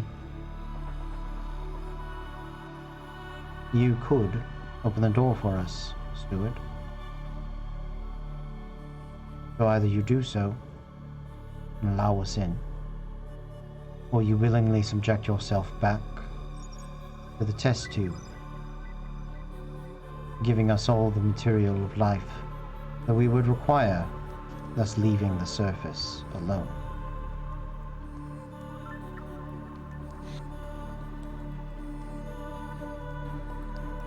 And Burns sort of looks very nervous.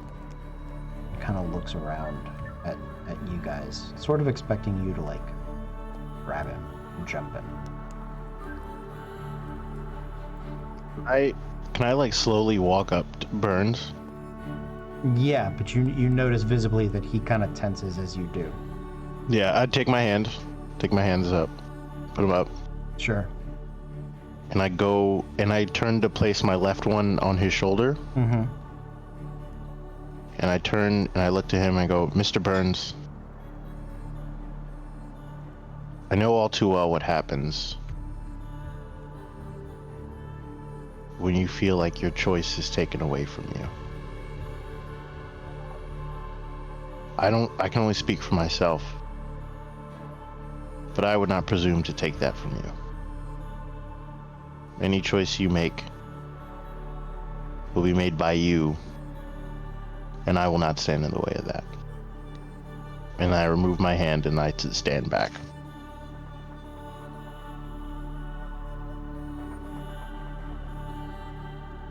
Burns sort of looks around at the rest of you for a moment, seeing what your intentions are.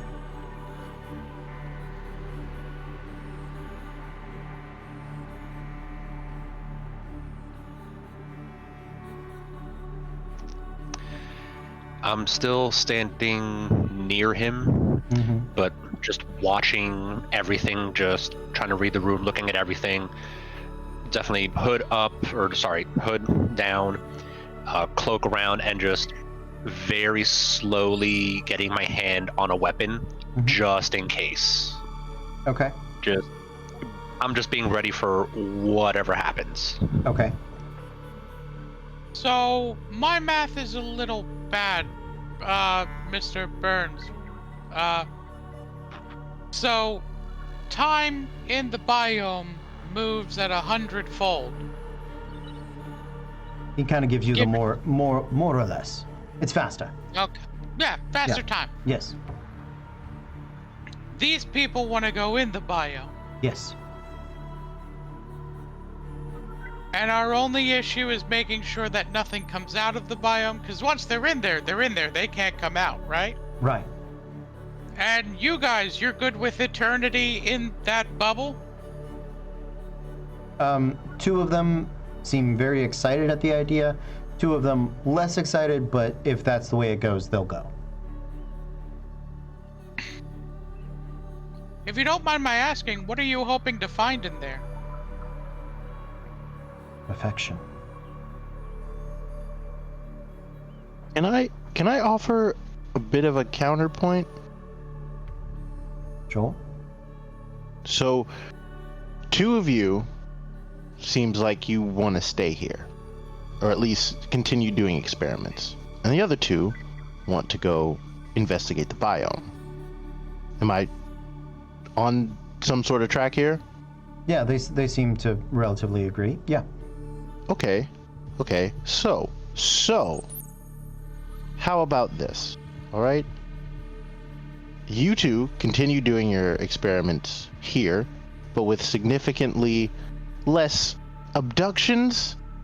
And there's a thing we like to call recruitment. You know, you may find some villagers who are down on their luck and in need of some type of, I don't know, financial boon.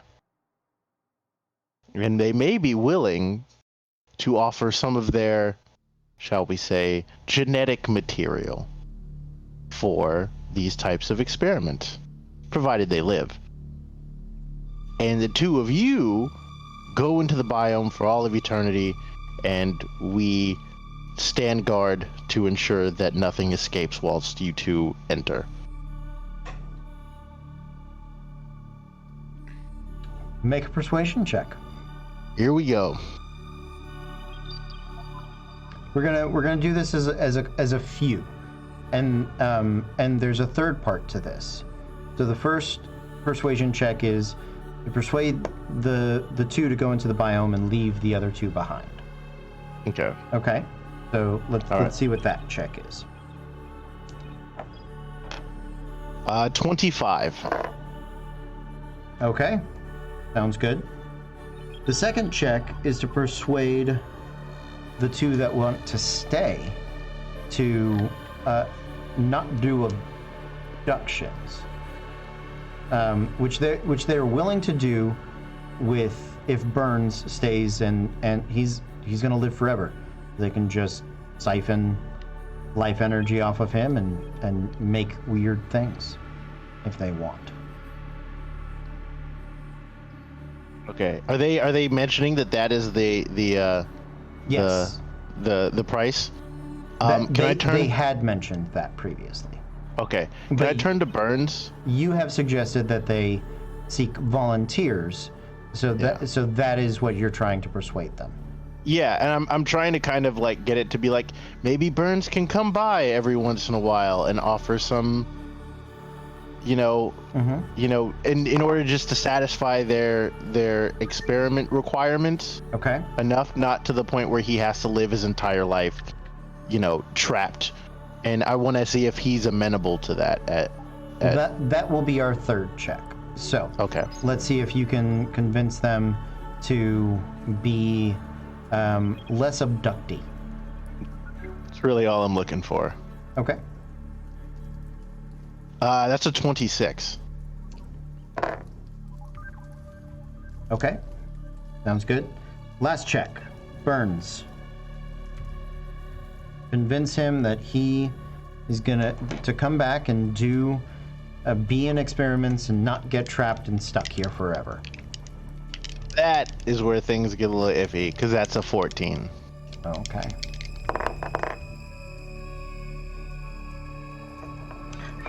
Burns does not believe you, but everybody else does seem to be on board with this.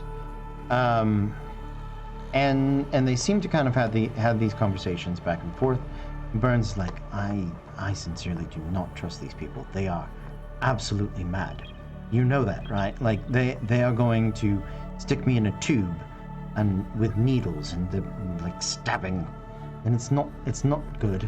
It's bad, very bad. I'm gonna carefully put a free hand on Burns' shoulder and just kind of lean into whisper to him. Mm-hmm. All right, look, I know this is probably a shit sandwich you're facing to eat, but if it does come down to it, we could try to fuck them up, but if we can try to get out of this without ourselves getting fucked up, let's see what we can do first, because if we can make them eat the shit sandwich, I am all for that. All right. All right. Well, I will open the gate to the biome to allow these two to enter. However, I require that everyone else leave. I don't want to be forced in there. Not you all stay. Archivist, you hang out. I don't want you other biomancers hanging around. You're creepy and you're weird. And you want to put me in a tube. He sort of narrows his eyes at them. They seem to acquiesce. They don't want to get dragged into the biome either. They're going to take the helmed horrors with them.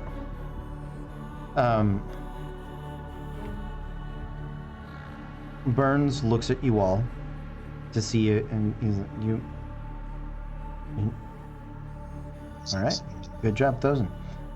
You all, you all are certain of this? All right.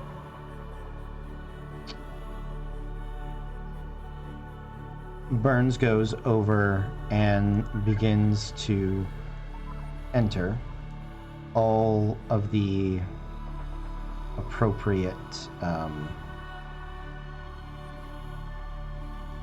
arcane sigils needed to open the biome.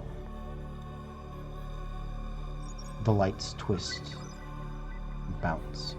They emanate from around the ring, and they begin to spread and shine. I would like you all to roll me a percentile.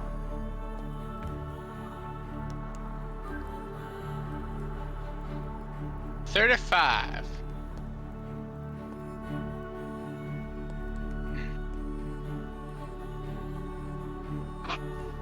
12.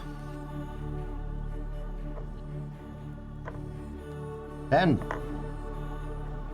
71. The meaning of life. Okay. Got it. 42. 42.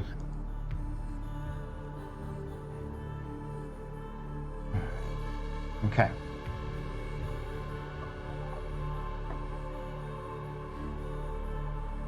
The door twists and the metal screams, and right at its edge there seems to be this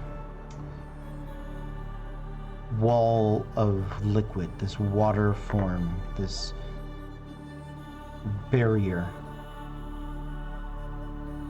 And they sit there subtly for a moment, in awe, the biomancers, keeping their eyes fixed on this point. And they slowly begin to step forward, their hands each outstretched, tentative, almost fearful. One of them sort of touches the liquid barrier, and a ripple rolls out from around it, and he sort of... It's cold. And the other looks at him, and they both sort of acknowledge the moment that is happening between them. And then they step forward, the liquid enveloping them as they move into the space. Their bodies disappear beyond the horizon, and Burns looks sick, looks nervous, and rapidly begins to hit the runes to begin to close the door. The door that closes painfully slow as it begins to creak down and out. And as it does, As you say painfully slow, I'm going to grab out my bow and arrow. Okay. There is a... how many of you rolled an odd number? How many of you rolled an even number? Okay. There is this stretch of wild tentacle that comes flailing first to catch the door, and then 3 or 4 more as this mouth begins to creep its way into reality. I'd like everyone to flip for initiative, please.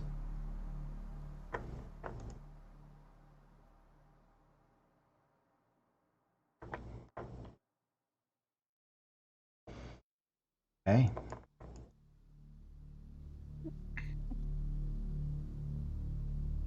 I hate you, Eric. First. Up first, I believe, are the tentacles. Yes? On the ace? Yeah. Okay.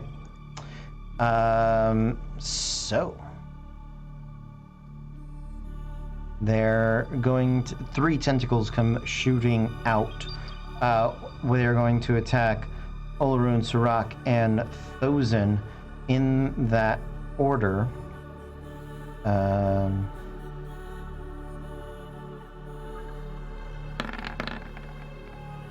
Okay. That is... Olaroon. That is a 17 to hit. That misses. Okay, nice. Up next, that is a 22 against Sirach and a 22 against Thozen. So, with that, you guys are going to take...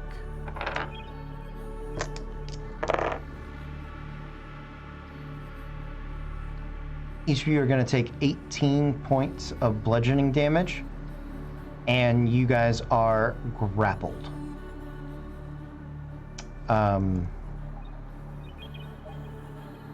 Okay. Who's next? That would be Thozen. Cool. I am grappled. You are grappled. Yes. Changes things. Yes. Crap. You are grappled and restrained. So, I am going to attempt to break the grapple. Okay. Yep. Athletics or acrobatics check. DC is 16.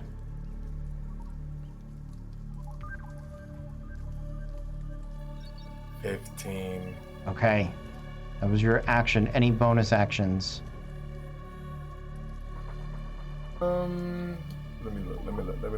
Because I have to see if they're verbal or just verbal. So I wouldn't be able to cast anything somatic, would I? Technically, you can. Being grappled and restrained doesn't stop you, but it does give you disadvantage on your attack rolls. Okay, then I am going to cast Spiritual Weapon. Okay. And so a giant anvil will appear. Okay. And bash against the tentacle. You said it's me and Sirach that are like? Yeah. I'm gonna make a bash against the tentacle that's holding Sirach. Okay. Go for it. Make your attack roll.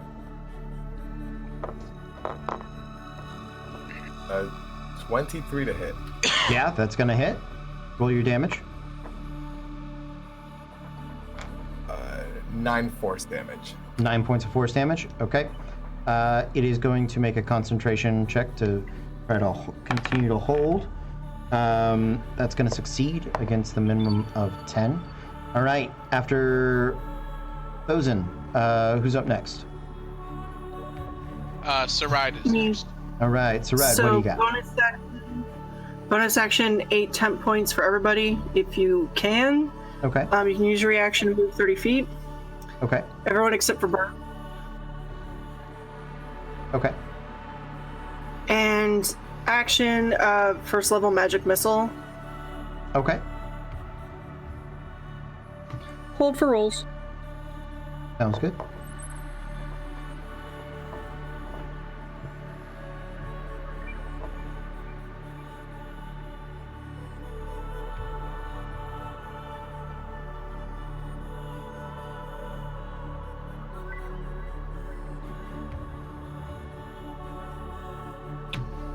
Two damage?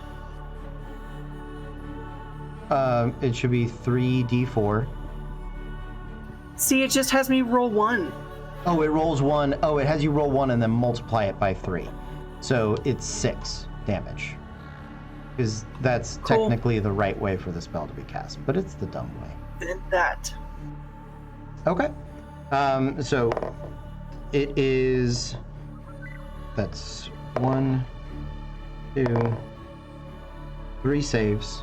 So it continues to hold on to rock, but it does take the 6 damage. Okay. Up next. Did anybody want to use their reaction to move? Can I reach the tentacle flailing with Sirach? Yes, That's what I'm yes, gonna you try can. and get to. Save Thosen. I'm gonna be out of here in a minute. Okay. Oh, then I'll go to the one. Yeah, I'll go to the one with Thosen in it then.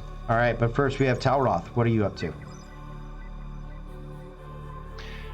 Was that with the reaction that Olarun was moving?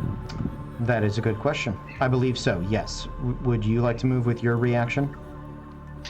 Yeah, if I see Olarun booking it for the tentacle, then I would use my reaction to book it for the same tentacle. Okay, sounds good.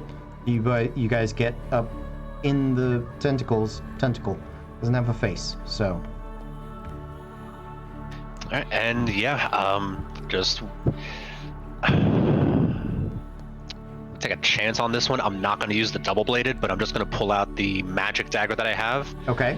just in case, and just try to take a swipe at the tentacle and just try to get to let go of Thosen. Okay, let's do it.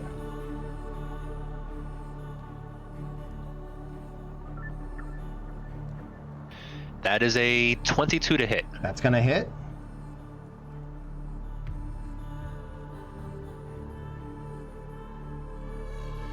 Sneak attack on the tentacle? Yeah. Got flesh. Do it. It's got blood. Make it bleed. You bleed my own blood. I guess to sneak attack, one of those little like suction cup thingies. You're like, gonna cut that off. Cake and calamari. So that's going to be 18 damage. 18 damage. Okay. That does make it drop Thosen. With a natural 2 on the dice, yeah, it's pretty easy, pretty hard for it to fail, but it does. It rolls below 10, so Thosen, you come thunking onto the floor. You are prone, but you are no longer grappled or restrained. Okay. Anything else, Talroth? You had a bonus action, I believe. Bonus action, I'll just dash over to the tentacle with Sirach. Okay. The tentacle will get an attack of opportunity on you. That's fine. Okay. That's a natural 20. So that is going to be grabbing dice. 12.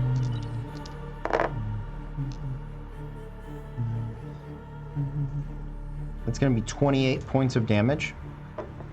And you are grappled. Alright, since I had used my reaction before my turn, would my reaction have reset? Yes. Uncanny dodge. Okay. 14 points of damage, bludgeoning damage, and you are grappled. All right, up next, Olarun. So, so Thosen was just dropped, but now Talroth's in trouble. Sirach's already told me that he's got this. So, I guess I'm just gonna swing at the tentacle that has Talroth. Okay, sounds good.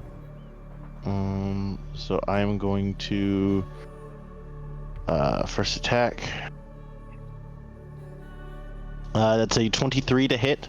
23 does hit. That is 15 points of slashing damage on the first attack. Okay. And because I forgot to do this. It drops Talroth. Excellent. Then can I, let's see, can I bonus action hex the one that I was attacking? Yeah. Actually, I'm gonna bonus action hex the one that's on, the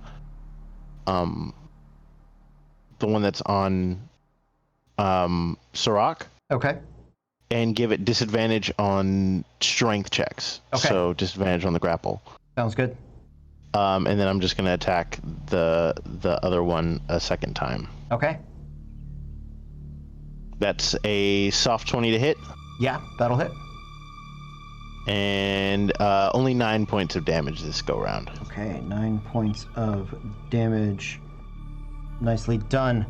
And I believe that's it for Olaroon. Last but not least, Sirach.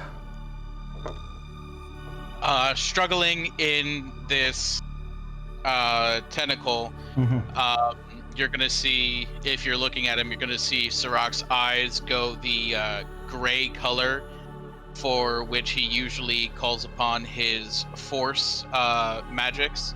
And you'll see mist begin to swirl around him, and he disappears and appears 30 feet back. Using step. We got the bamfing bird, guys.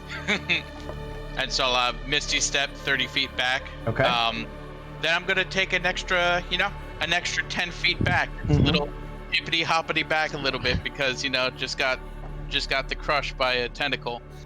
And with that, I will attack it twice, and I'm gonna. With my +1 arrows, are those also a +1 to hit as well as +1? Yeah, I'm going to pull out 2 +1 arrows. Okay. And I'm going to attack.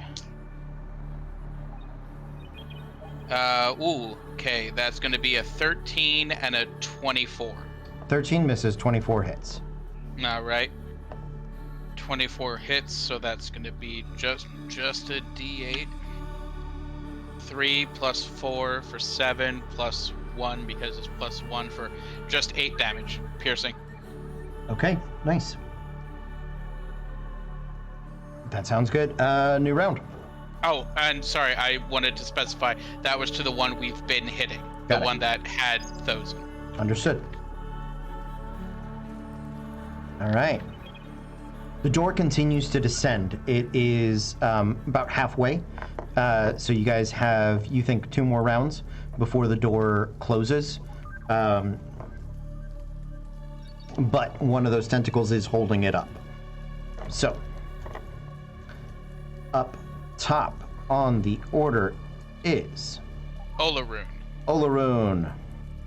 Okay, I'm gonna just keep hitting the one on me until it dies. Sounds good. So first attack. 17 to hit? 17 barely hits, but that's it. Do it. Hey, there it is. 13 points of slashing damage. 13 points of slashing damage. Nice. Okay. Anything else? Keep going, Olaroon. Yeah, I've got another attack. I'm also going to use bonus action Maddening Hex so that the other thing with my hex on it, the other tentacle, immediately has to take 5 points of psychic damage. Okay. And then second attack on the tentacle again is a 26 to hit. Yep, that'll hit. And that is a 13 points of slashing damage. 13 points of slashing damage. Nicely done. Okay. After your turn, I believe, is the bad guys on a 10. So the tentacles begin flailing about. One of them, there's one holding up the door. The other 3, one is going to swing and attempt to grab Burns. With a natural 1. Burns, you survived! You bastard! I did not expect it. You live. You live another day.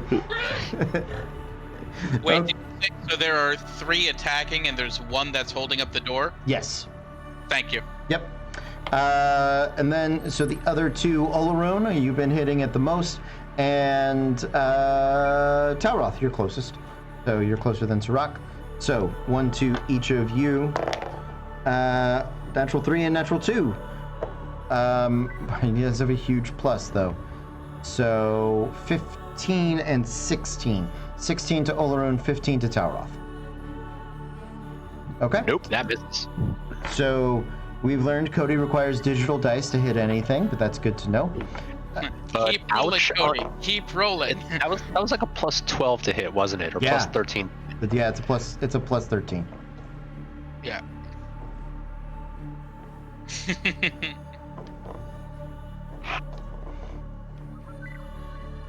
Okay.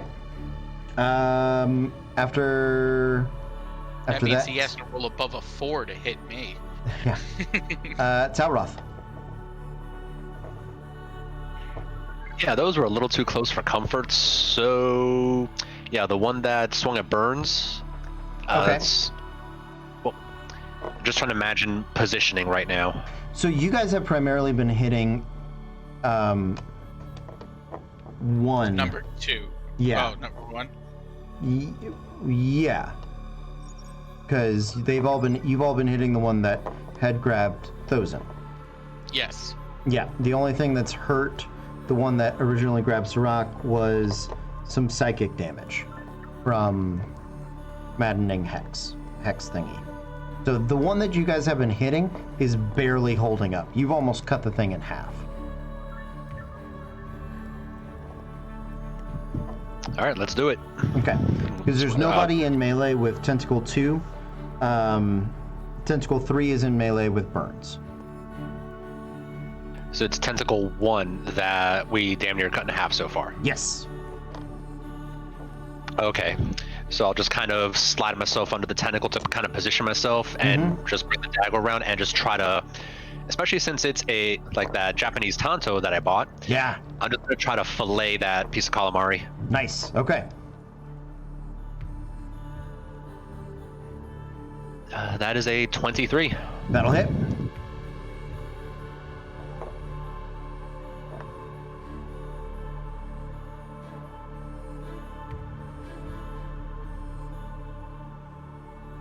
$21 damage. Nice. Okay.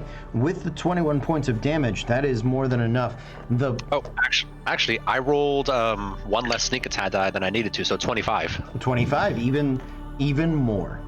The tentacle does. You finish severing the last bit of the tentacle. You stab deep to the point where your hand and arm are almost engulfed, and as you slide through, you hear the heavy flop, and the blood stuff that is inside of it is almost like a crystalline blue, crystalline green, and it pours down over your arm. And as you slide underneath it, Talroth, you look back. It's a freaky color, and you're sort of like, is this going to burn me? Is it going to eat me? What is this? And you watch as these little crystalline, almost like bugs, little crystalline, like 4-legged entities, sort of lift off of it. The blood crystallizes and solidifies almost instantly and begins to lift off, and it crawls very creepily off of your body and begins running essentially back into the portal. And when you guys see that tentacle that's landed, it begins to rapidly deflate, and as it's essentially filled with this programmable crystalline matter that is nigh unto perfection, and they all begin rushing back to the portal, leaving behind this tentacly-like skin, subdermal or dermal layer. Apologies. Up next, Talroth, what was the rest of your turn? Aside from what the fuck, just bonus action dash back to Burns. Okay. Yeah, Burns is near the portal. It should be noted because that's where he has to be to put the runes in to send the bad man away. So Bonus action up 2 burns. got it. Absolutely. Sirach. I am going to take my full 30 feet of movement, 25, sorry, feet of movement over so I can get a clear shot to the one that's actually holding up the door. Okay, sounds good. I'm going to bonus action cast Hunter's Mark on it, Okay, and then I'm going to shoot it twice. sounds good. Let's do it. Ah, God, again. All right, that's going to be a 25 and a 12 to hit. 25 hits. So that'll be 8, 12, 13 points of piercing damage to that one. Nice. Yeah. It's not grappled the door, so it's still holding it up, but it I will say no, it doesn't drop at all. It's holding it pretty firm. But the arrow sticks in it. A little bit of that crystalline blue blood does begin to fall, and then it sort of becomes those creatures. Up next, Thozen. Okay, I'm not near one in melee, correct? Not anymore. No, Talroth dropped that tentacle. Okay, I would get somewhere where I'm within 30-foot range of everyone, and Okay. I'm gonna cast Beacon of Hope. Okay. Yeah, you catch everybody. So everyone has advantage on Wisdom saving throws, Death saving throws, and all healing is maximum. Okay. And then, does anyone look bad? Some people have taken some hits, but I don't know if anybody's Does anyone terrible. look bad? Okay, no problem. Then I'll just put Beacon of Hope, and then I'm gonna move away from the portal and the tentacles. Okay.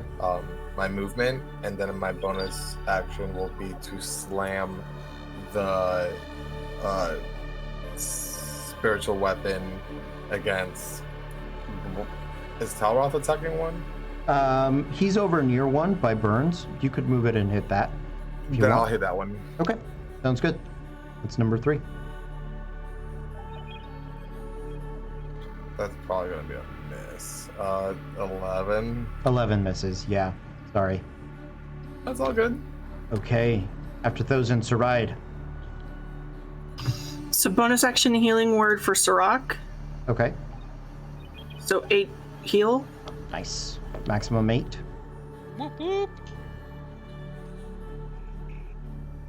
And then first level magic missile at tentacle. Yeah. That's on Burns. That's on Burns. Okay. Tentacle 4. Got it.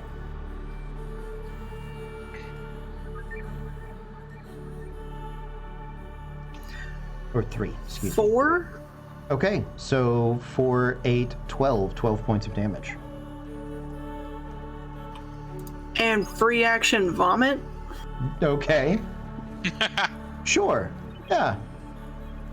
It's not it's sort of like the crystals Okay, what that I just form. saw was a tentacle, which she doesn't like in the first place, deflate Yes. and little bugs crawl out of it. And now just the tentacle with the sticker parts that that's what's left on the floor.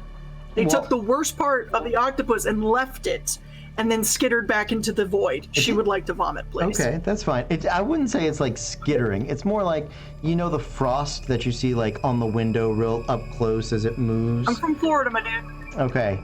I'll show the the frostmonger, the heatmonger, what I don't know. I don't have a Florida reference. That sounds good. So new round. But the skittering was not my problem. It's the tentacle. Oh, got it. The tentacle. Bad guys are on a queen. Let's see. I will say that as the last of the blood, the crystalline blood, leaves it, the tentacle itself begins to break down into the little crystalline pieces and rush back into the... I'm trying to help.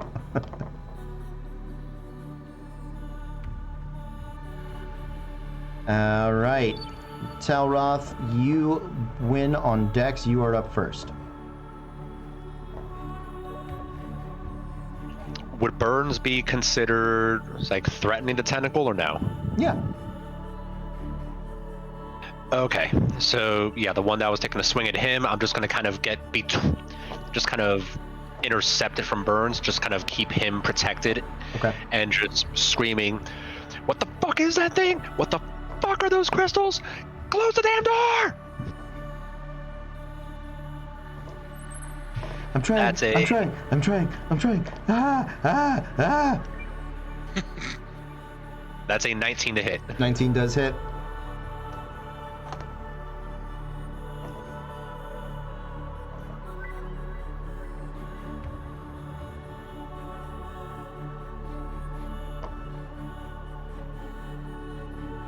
$24 damage. Nice. That is really good. Okay. Anything else? Talroth.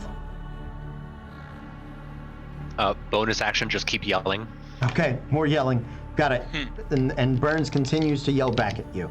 So Talroth, and I'm gonna say Olarun. You guys are the ones really in melee with these things, fighting them. So they're gonna continue to target you.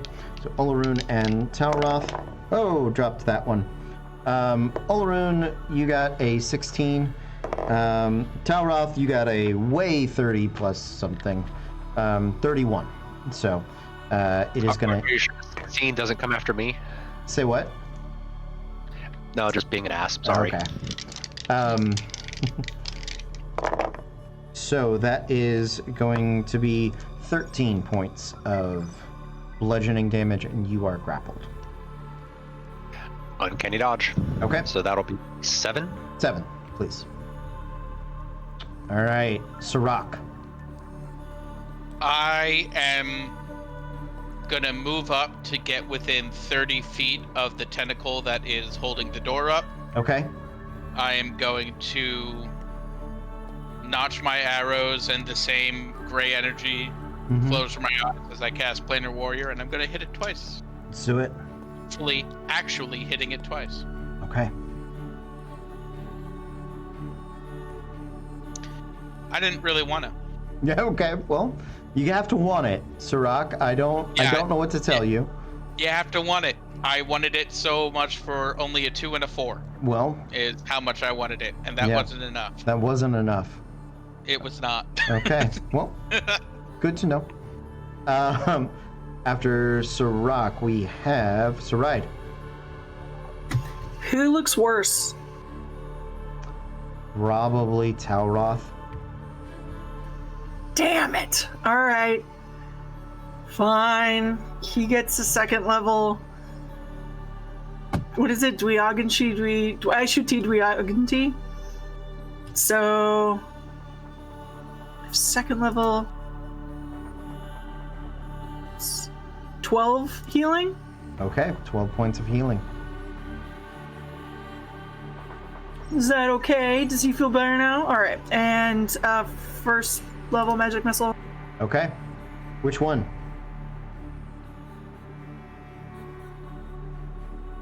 The one that's on Burns? Yeah, sounds good. The one that's now Okay, grappled Talroth. Talroth. So, Then yeah. So that's 6 total. It's so 2. two. times. Okay. Yep, saves, and oh no, I need just one that time. And drops Talroth. There you go. After Saride, Olarun. You're muted. The door's closing, right? The door is closing, yes. But there's a tentacle holding it up. Okay. With all of my friends free, can I move to the tentacle holding it up without getting into an attack of opportunity? You are in melee with... Oh, no. Yeah. Or was it... Because there was a new tentacle that came in and tried to attack me. But I didn't move to another one. You didn't, but the one that you psychicked. So there is one in melee with you. Yes. Okay. So that one still has my hex on it? Yes. Okay. Then I'm going to bonus action do 5 points of damage to that. Okay. And since it's already on me, swing at it twice. Okay. So that is a 16 to hit. I don't think that does, right? Nope, 16 misses. Okay. So second attack is an 18. That will hit. Okay, so that does 11 points of damage plus my hex, which is another 6 points of necrotic damage. Okay. And I'm also going to throw on a divine smite onto that at 3rd level. Mm-hmm. So that is 1, 2, 3, 4 d8.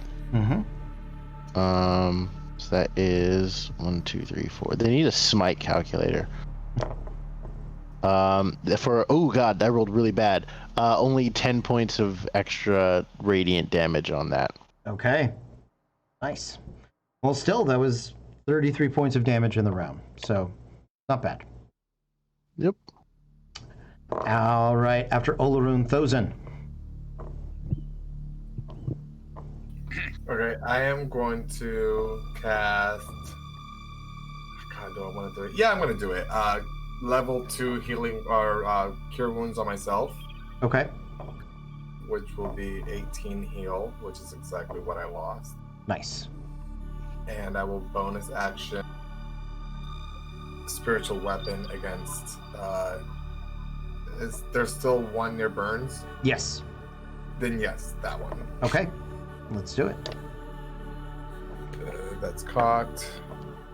That's worse. Okay. That's like 7. Okay. 7's gonna miss. All right. After Thozen, new round. Oh, nope. That doesn't count. All right.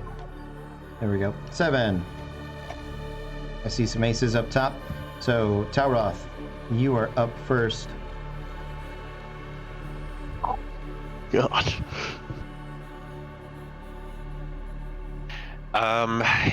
Yeah. Just. Yeah, I'm just gonna swing this tentacle, just continue yelling at birds. Close the fucking door! The tentacle's holding it up.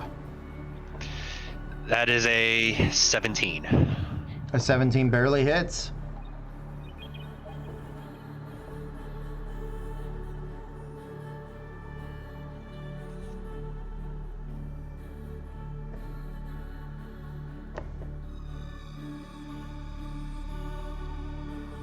$22. Okay. Yeah, the tentacle is bloodied and dripping crystalline critters onto the ground. Bonus action. Can I try to grab one of those things? Sure. What would I have to roll for that? Make a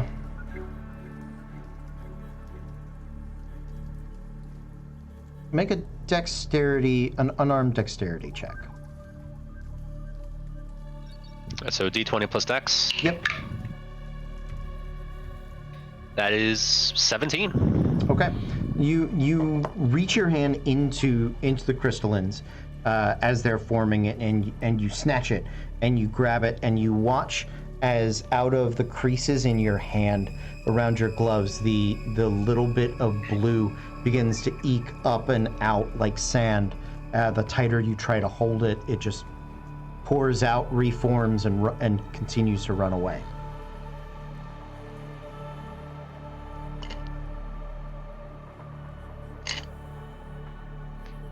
Sneaky bastard. All right, Sirach. This time I'm going to hit the creature, the tentacle, holding the door up with 2 shots, casting Planar Warrior. Okay. And this time they're going to hit. Okay. What? That sounds good. Mother. One of them is going to hit. Okay. Son of a bitch. All right. D6, D8, and an extra D8. So that's going to be 10, 15, 20, Yeah, 20 damage. 20 points of damage. Nice. Okay. Anything else, Sirach? No, that's everything, I believe, for you. Yeah, I'm just gonna be inspecting the fletching on some arrows after this. Okay. Olaroon. Okay, so I still got the one on me. Mm-hmm. And so the door is still open because we can't get the one tentacle to let it go yet, right? Correct. Yeah. I mean, I'm trying. Sirach is trying. The arrows are flying, and some of the when he's missing, they're going like into the portal. So those may return sometime as something. I'm gonna attack the tentacle on me again, just to try and get it loose. Okay. That is gonna miss with a 16. It was almost a 17, so that's annoying. And the next one's a 25 to hit. 25 does hit. Okay, so that is another 14 points of damage. Okay. Plus an extra 3 points for my hex. Okay. And then I'm gonna use my bonus action to have it take another 5 points of damage from Maddening Hex. Okay. Sounds good. Yeah, that's well over bloodied now. Another good hit like that, and this tentacle should be on the ground liquefying. And that'll end my turn. Okay. After Olaroon Thosen. Was that the one that's holding the door open? The one that's holding the door open has only been shot twice by Sirach. So that is a different tentacle. Okay, and then another question. For Burns to close the portal, is he anywhere near the doors? Like He is near the doors. He's near the portal.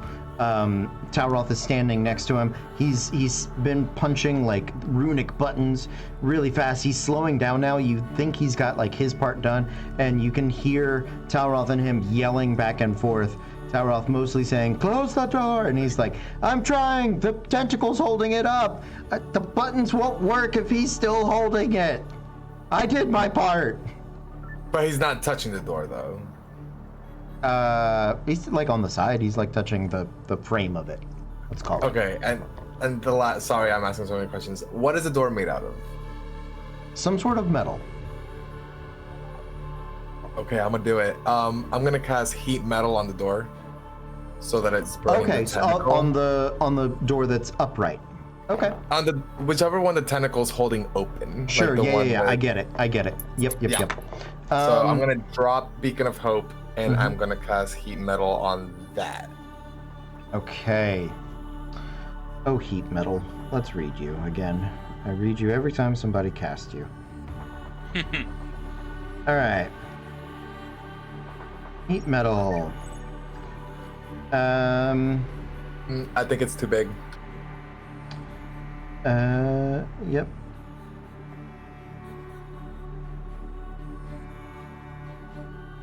Metal weapon or suit. It doesn't. Because I think it says it has to be a medium.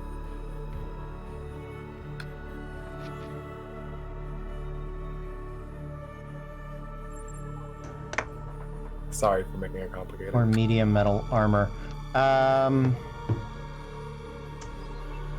me go to the PHP just to make sure. Oh, that's awful. Come on. Where's that? Sorry guys, I broke the game. Broken. Okay. Heat metal. Magic jar. Harm. Haste. Heat metal.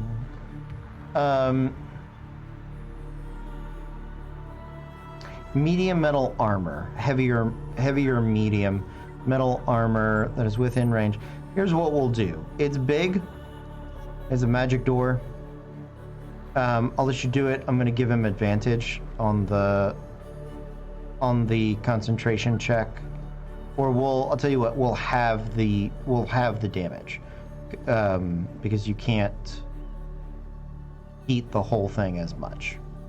Let's do that. Okay, Okay. fair enough. Does it just happen? Um, A Constitution saving throw or take. Oh no, wait. That's for dropping an object. yeah, so it has to make the con save to not drop it. But the damage is automatic as long as you're concentrating on it. So roll your 1d8 or 2d8 and have it. Either way. 13. You round up or down? I like rounding up personally. Okay, so 7 is the halved. Okay, 7 points of damage, and it makes a Constitution saving throw of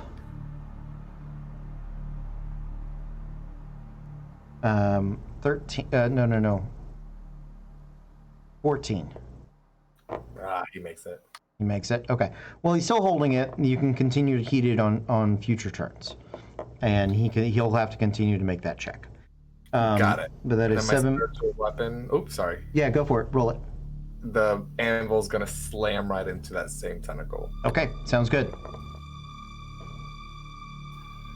These dice are not liking me tonight. That's a natural 2. Ooh, that's no. That's a no. Okay.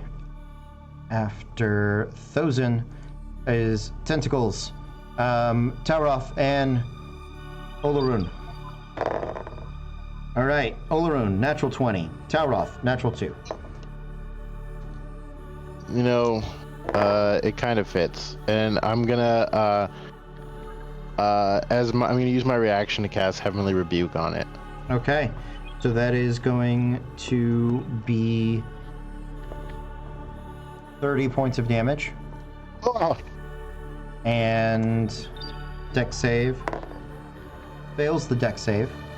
Okay, it takes 11 points of radiant damage. 11 points of radiant damage. You are grappled. And then you radiant it. It saves against that, so you are grappled currently. It does have disadvantage on strength checks. Oh wait, no, that's a save. Never mind. A concentration check is what I'm giving it, essentially. No worries. That's good. Okay. That is it for the bad guys. Saride. Yeah. How far is Olarun from me? Olarun is 30 feet. Because I can't give him my healing word, so I have to go over and touch him. Okay. So run over. Why can't you healing word him? I can't say that to him. Oh, okay. I understand. 16. So, I'll come over and grab you 20 points. Let's go. Yep, you do have to roll now because Beacon of Hope is down. Never mind. Hold on. Can it just be 20 points because I said 20 points? If you roll that way, it can be. Sorry. Steady on, Eric.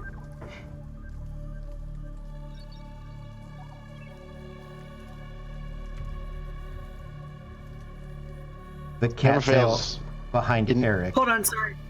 I thought was like a bug. It started waving, and my instinct to like clap and crush the bug. To crush the bug. I was like, what is? It was a dog tail. Still. So it's actually 29 points. Let's go. 29. Yes. Because I rolled. You rolled at a third. And I upcast it. Okay. Wow. All right. Cool. There you go. I will take every bit of it. And that was. Can I bonus action try to get him out of the grapple? It's an action to try to break him from the grapple. Sorry. Okay. No, that's fine. Oh god, yeah, I'll just bonus action panic because now I'm in swatting mode or distance. Swatting range. Yeah. Yeah. Okay. New round. Bad guys are on a jack.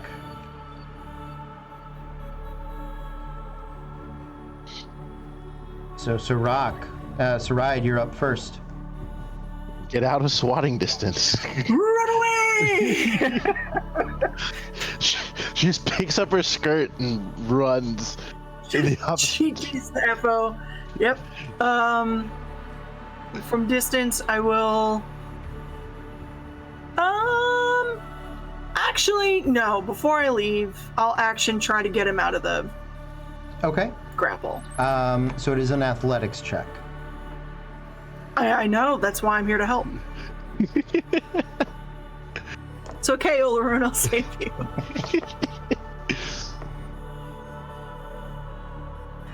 Eight. Okay. Olaroon, she almost pulls your shoe off. I got this. I can take care of this. Just run I'm helping. in the opposite direction. Any bonus I actions? really know how to take them off. He's like frantically like kicking with now barefoot and like, go away. I got this. I was gonna leave your shoe on because you didn't outrun it or anything, but it's up to you if you want to lose your sabatons. I'm gonna free action cry. Oh. Bonus actions, would you like to inspire anybody or anything like that? Sure. Yeah, actually, because I haven't. Y'all, how's everyone doing health-wise? Okay, you say that, and then you guys get down to like 2 hit points, and you're like, "What the fuck?" So, taking it at your word. Is Olaroon the only one who's grappled? Olaroon is currently the only person that is grappled. That is correct. Then a bonus for you, my dude. Hey, inspiration. Okay. As you leave, Took your shoe. as you leave the tentacles combat range, it is going to try to hit you with Olaroon. I'm gonna smack you with some. So that is a 20 to hit. Shit. Yeah. Can I use my own shield spell to not hit her? No. Okay. I was No. just I was just gonna try and see if I could use my reaction to. I appreciate it. That's very clever. But you It's are. fine. She's you got are mage the- armor. Yeah, you are the hammer. You are the head of the hammer here, essentially. So that is 20 points of damage, but you are going to split it between you and Olaroon. Because I was almost bloodied. you're bashing each other. Ugh. No kiss. Yeah. I'm just imagining like a 4-year-old taking 2 dolls and just like. Yeah, kind of. Okay. After Saride is Sirach. So I am going to cast Planar Warrior Okay. on the tentacle that's holding up the door, Mhm. and this time I got a good feeling that I'm gonna hit both. Okay. Sounds good. Hey! Hey! All right, here we go. Okay, that's a natural 20 and an 18. Okay. Yes. So that's full damage for that. So that's 8 plus 6 for 14, plus another 8 from Planar Warrior. Mm-hmm. So that's gonna bring me up to 22. Then plus 5 is gonna be 27, and that's full damage for an arrow, for a Okay. +1 arrow with everything. And then so that's full damage 27. So now I roll the dice again. Yes. Yes. So that's 27 plus 7 for 34, plus 6 for 40, plus 3, so that's 43. And then the second hit is just going to be a regular hit.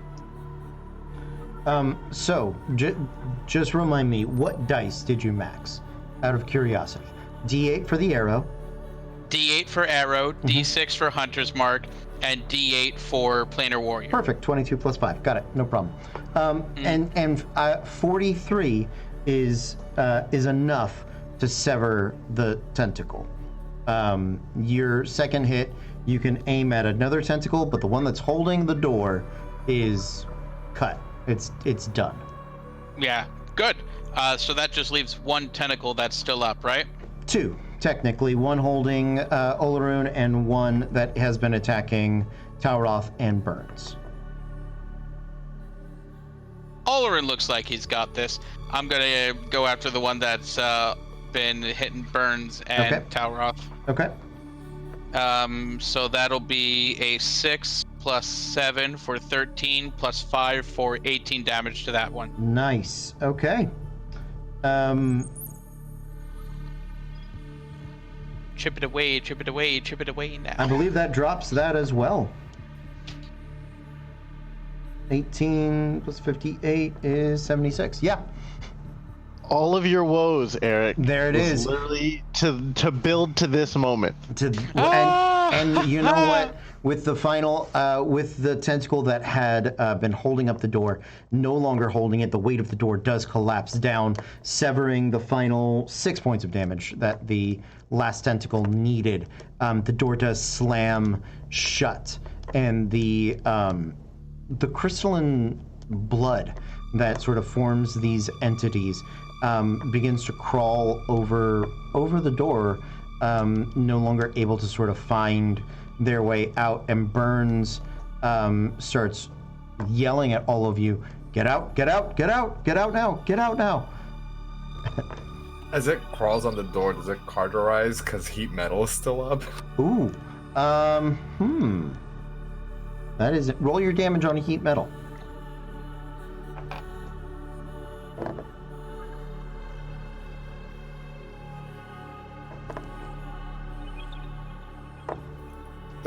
Thirteen again. Okay. Most of it, the crystalline blood, as it begins to hit the hot metal of the door, most of it melts back into its liquid form, dripping off of the door through the floor and down into the pool that is beneath your feet. Burns is still freaked out and does still wish for everybody to run fast, run far, run out of this room. I 5 feet in the air with wings, and I start moving at 50 feet per 6 seconds. Okay. Is there anybody not running out of the room? Talroth, I see you. Is it possible to pull like an empty flask or something out of my pocket real fast, try to scoop some of the blood up and put a stopper on it before I haul ass and follow Burns? Make a dexterity check. Sure. 22. Okay. Are you going to attempt to hide this from Burns and or people? Yes. Make a sleight of hand check.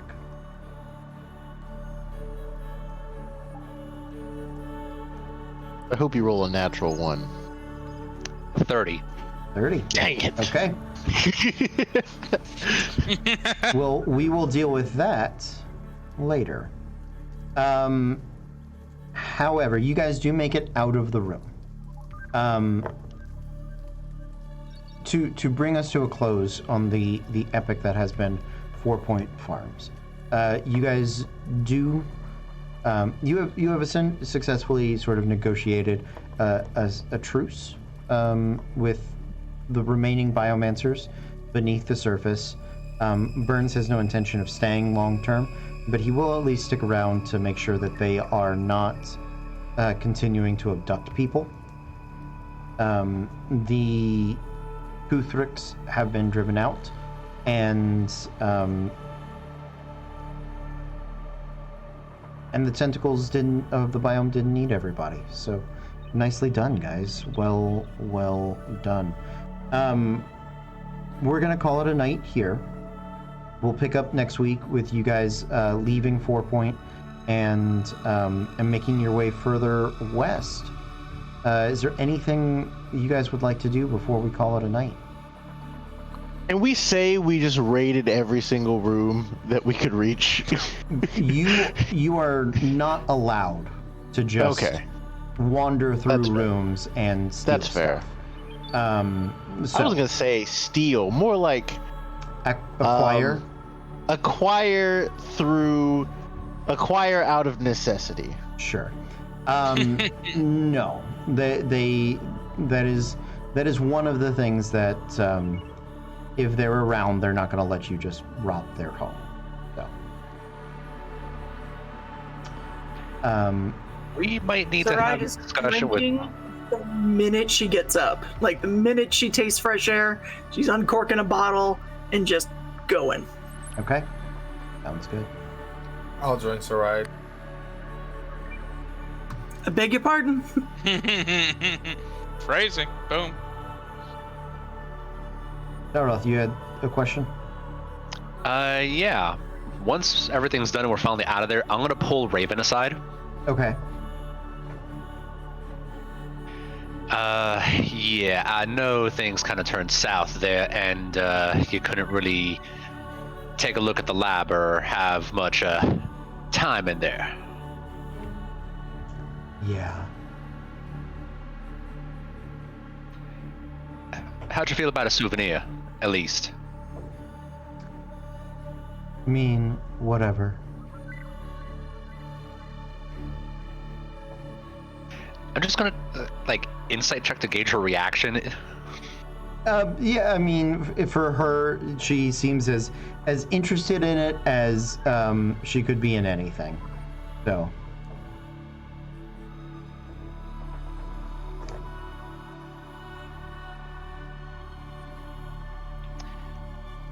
I'll take out the little vial of whatever I was able to get and just kind of show it to her. Her face does what is the closest thing to light up as Raven is capable of doing.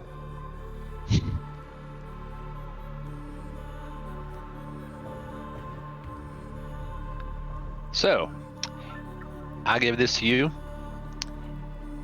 If you can figure out what the hell it is, maybe it's a bit of a call and an even for you not being able to get the lab.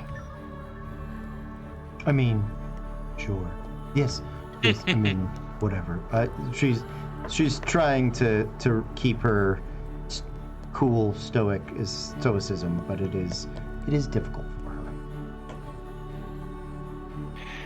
Let's just keep this between you and me. Probably best not to let Screepers know we got this, or that Burns fella. But I'm definitely curious about what's in that. Okay. All right. Well, with that, guys, we are going to say goodnight. Thank you guys for hanging out with us. It has been a wonderful evening. We love and appreciate you guys. We're going to see you guys next time. But until then, be cool.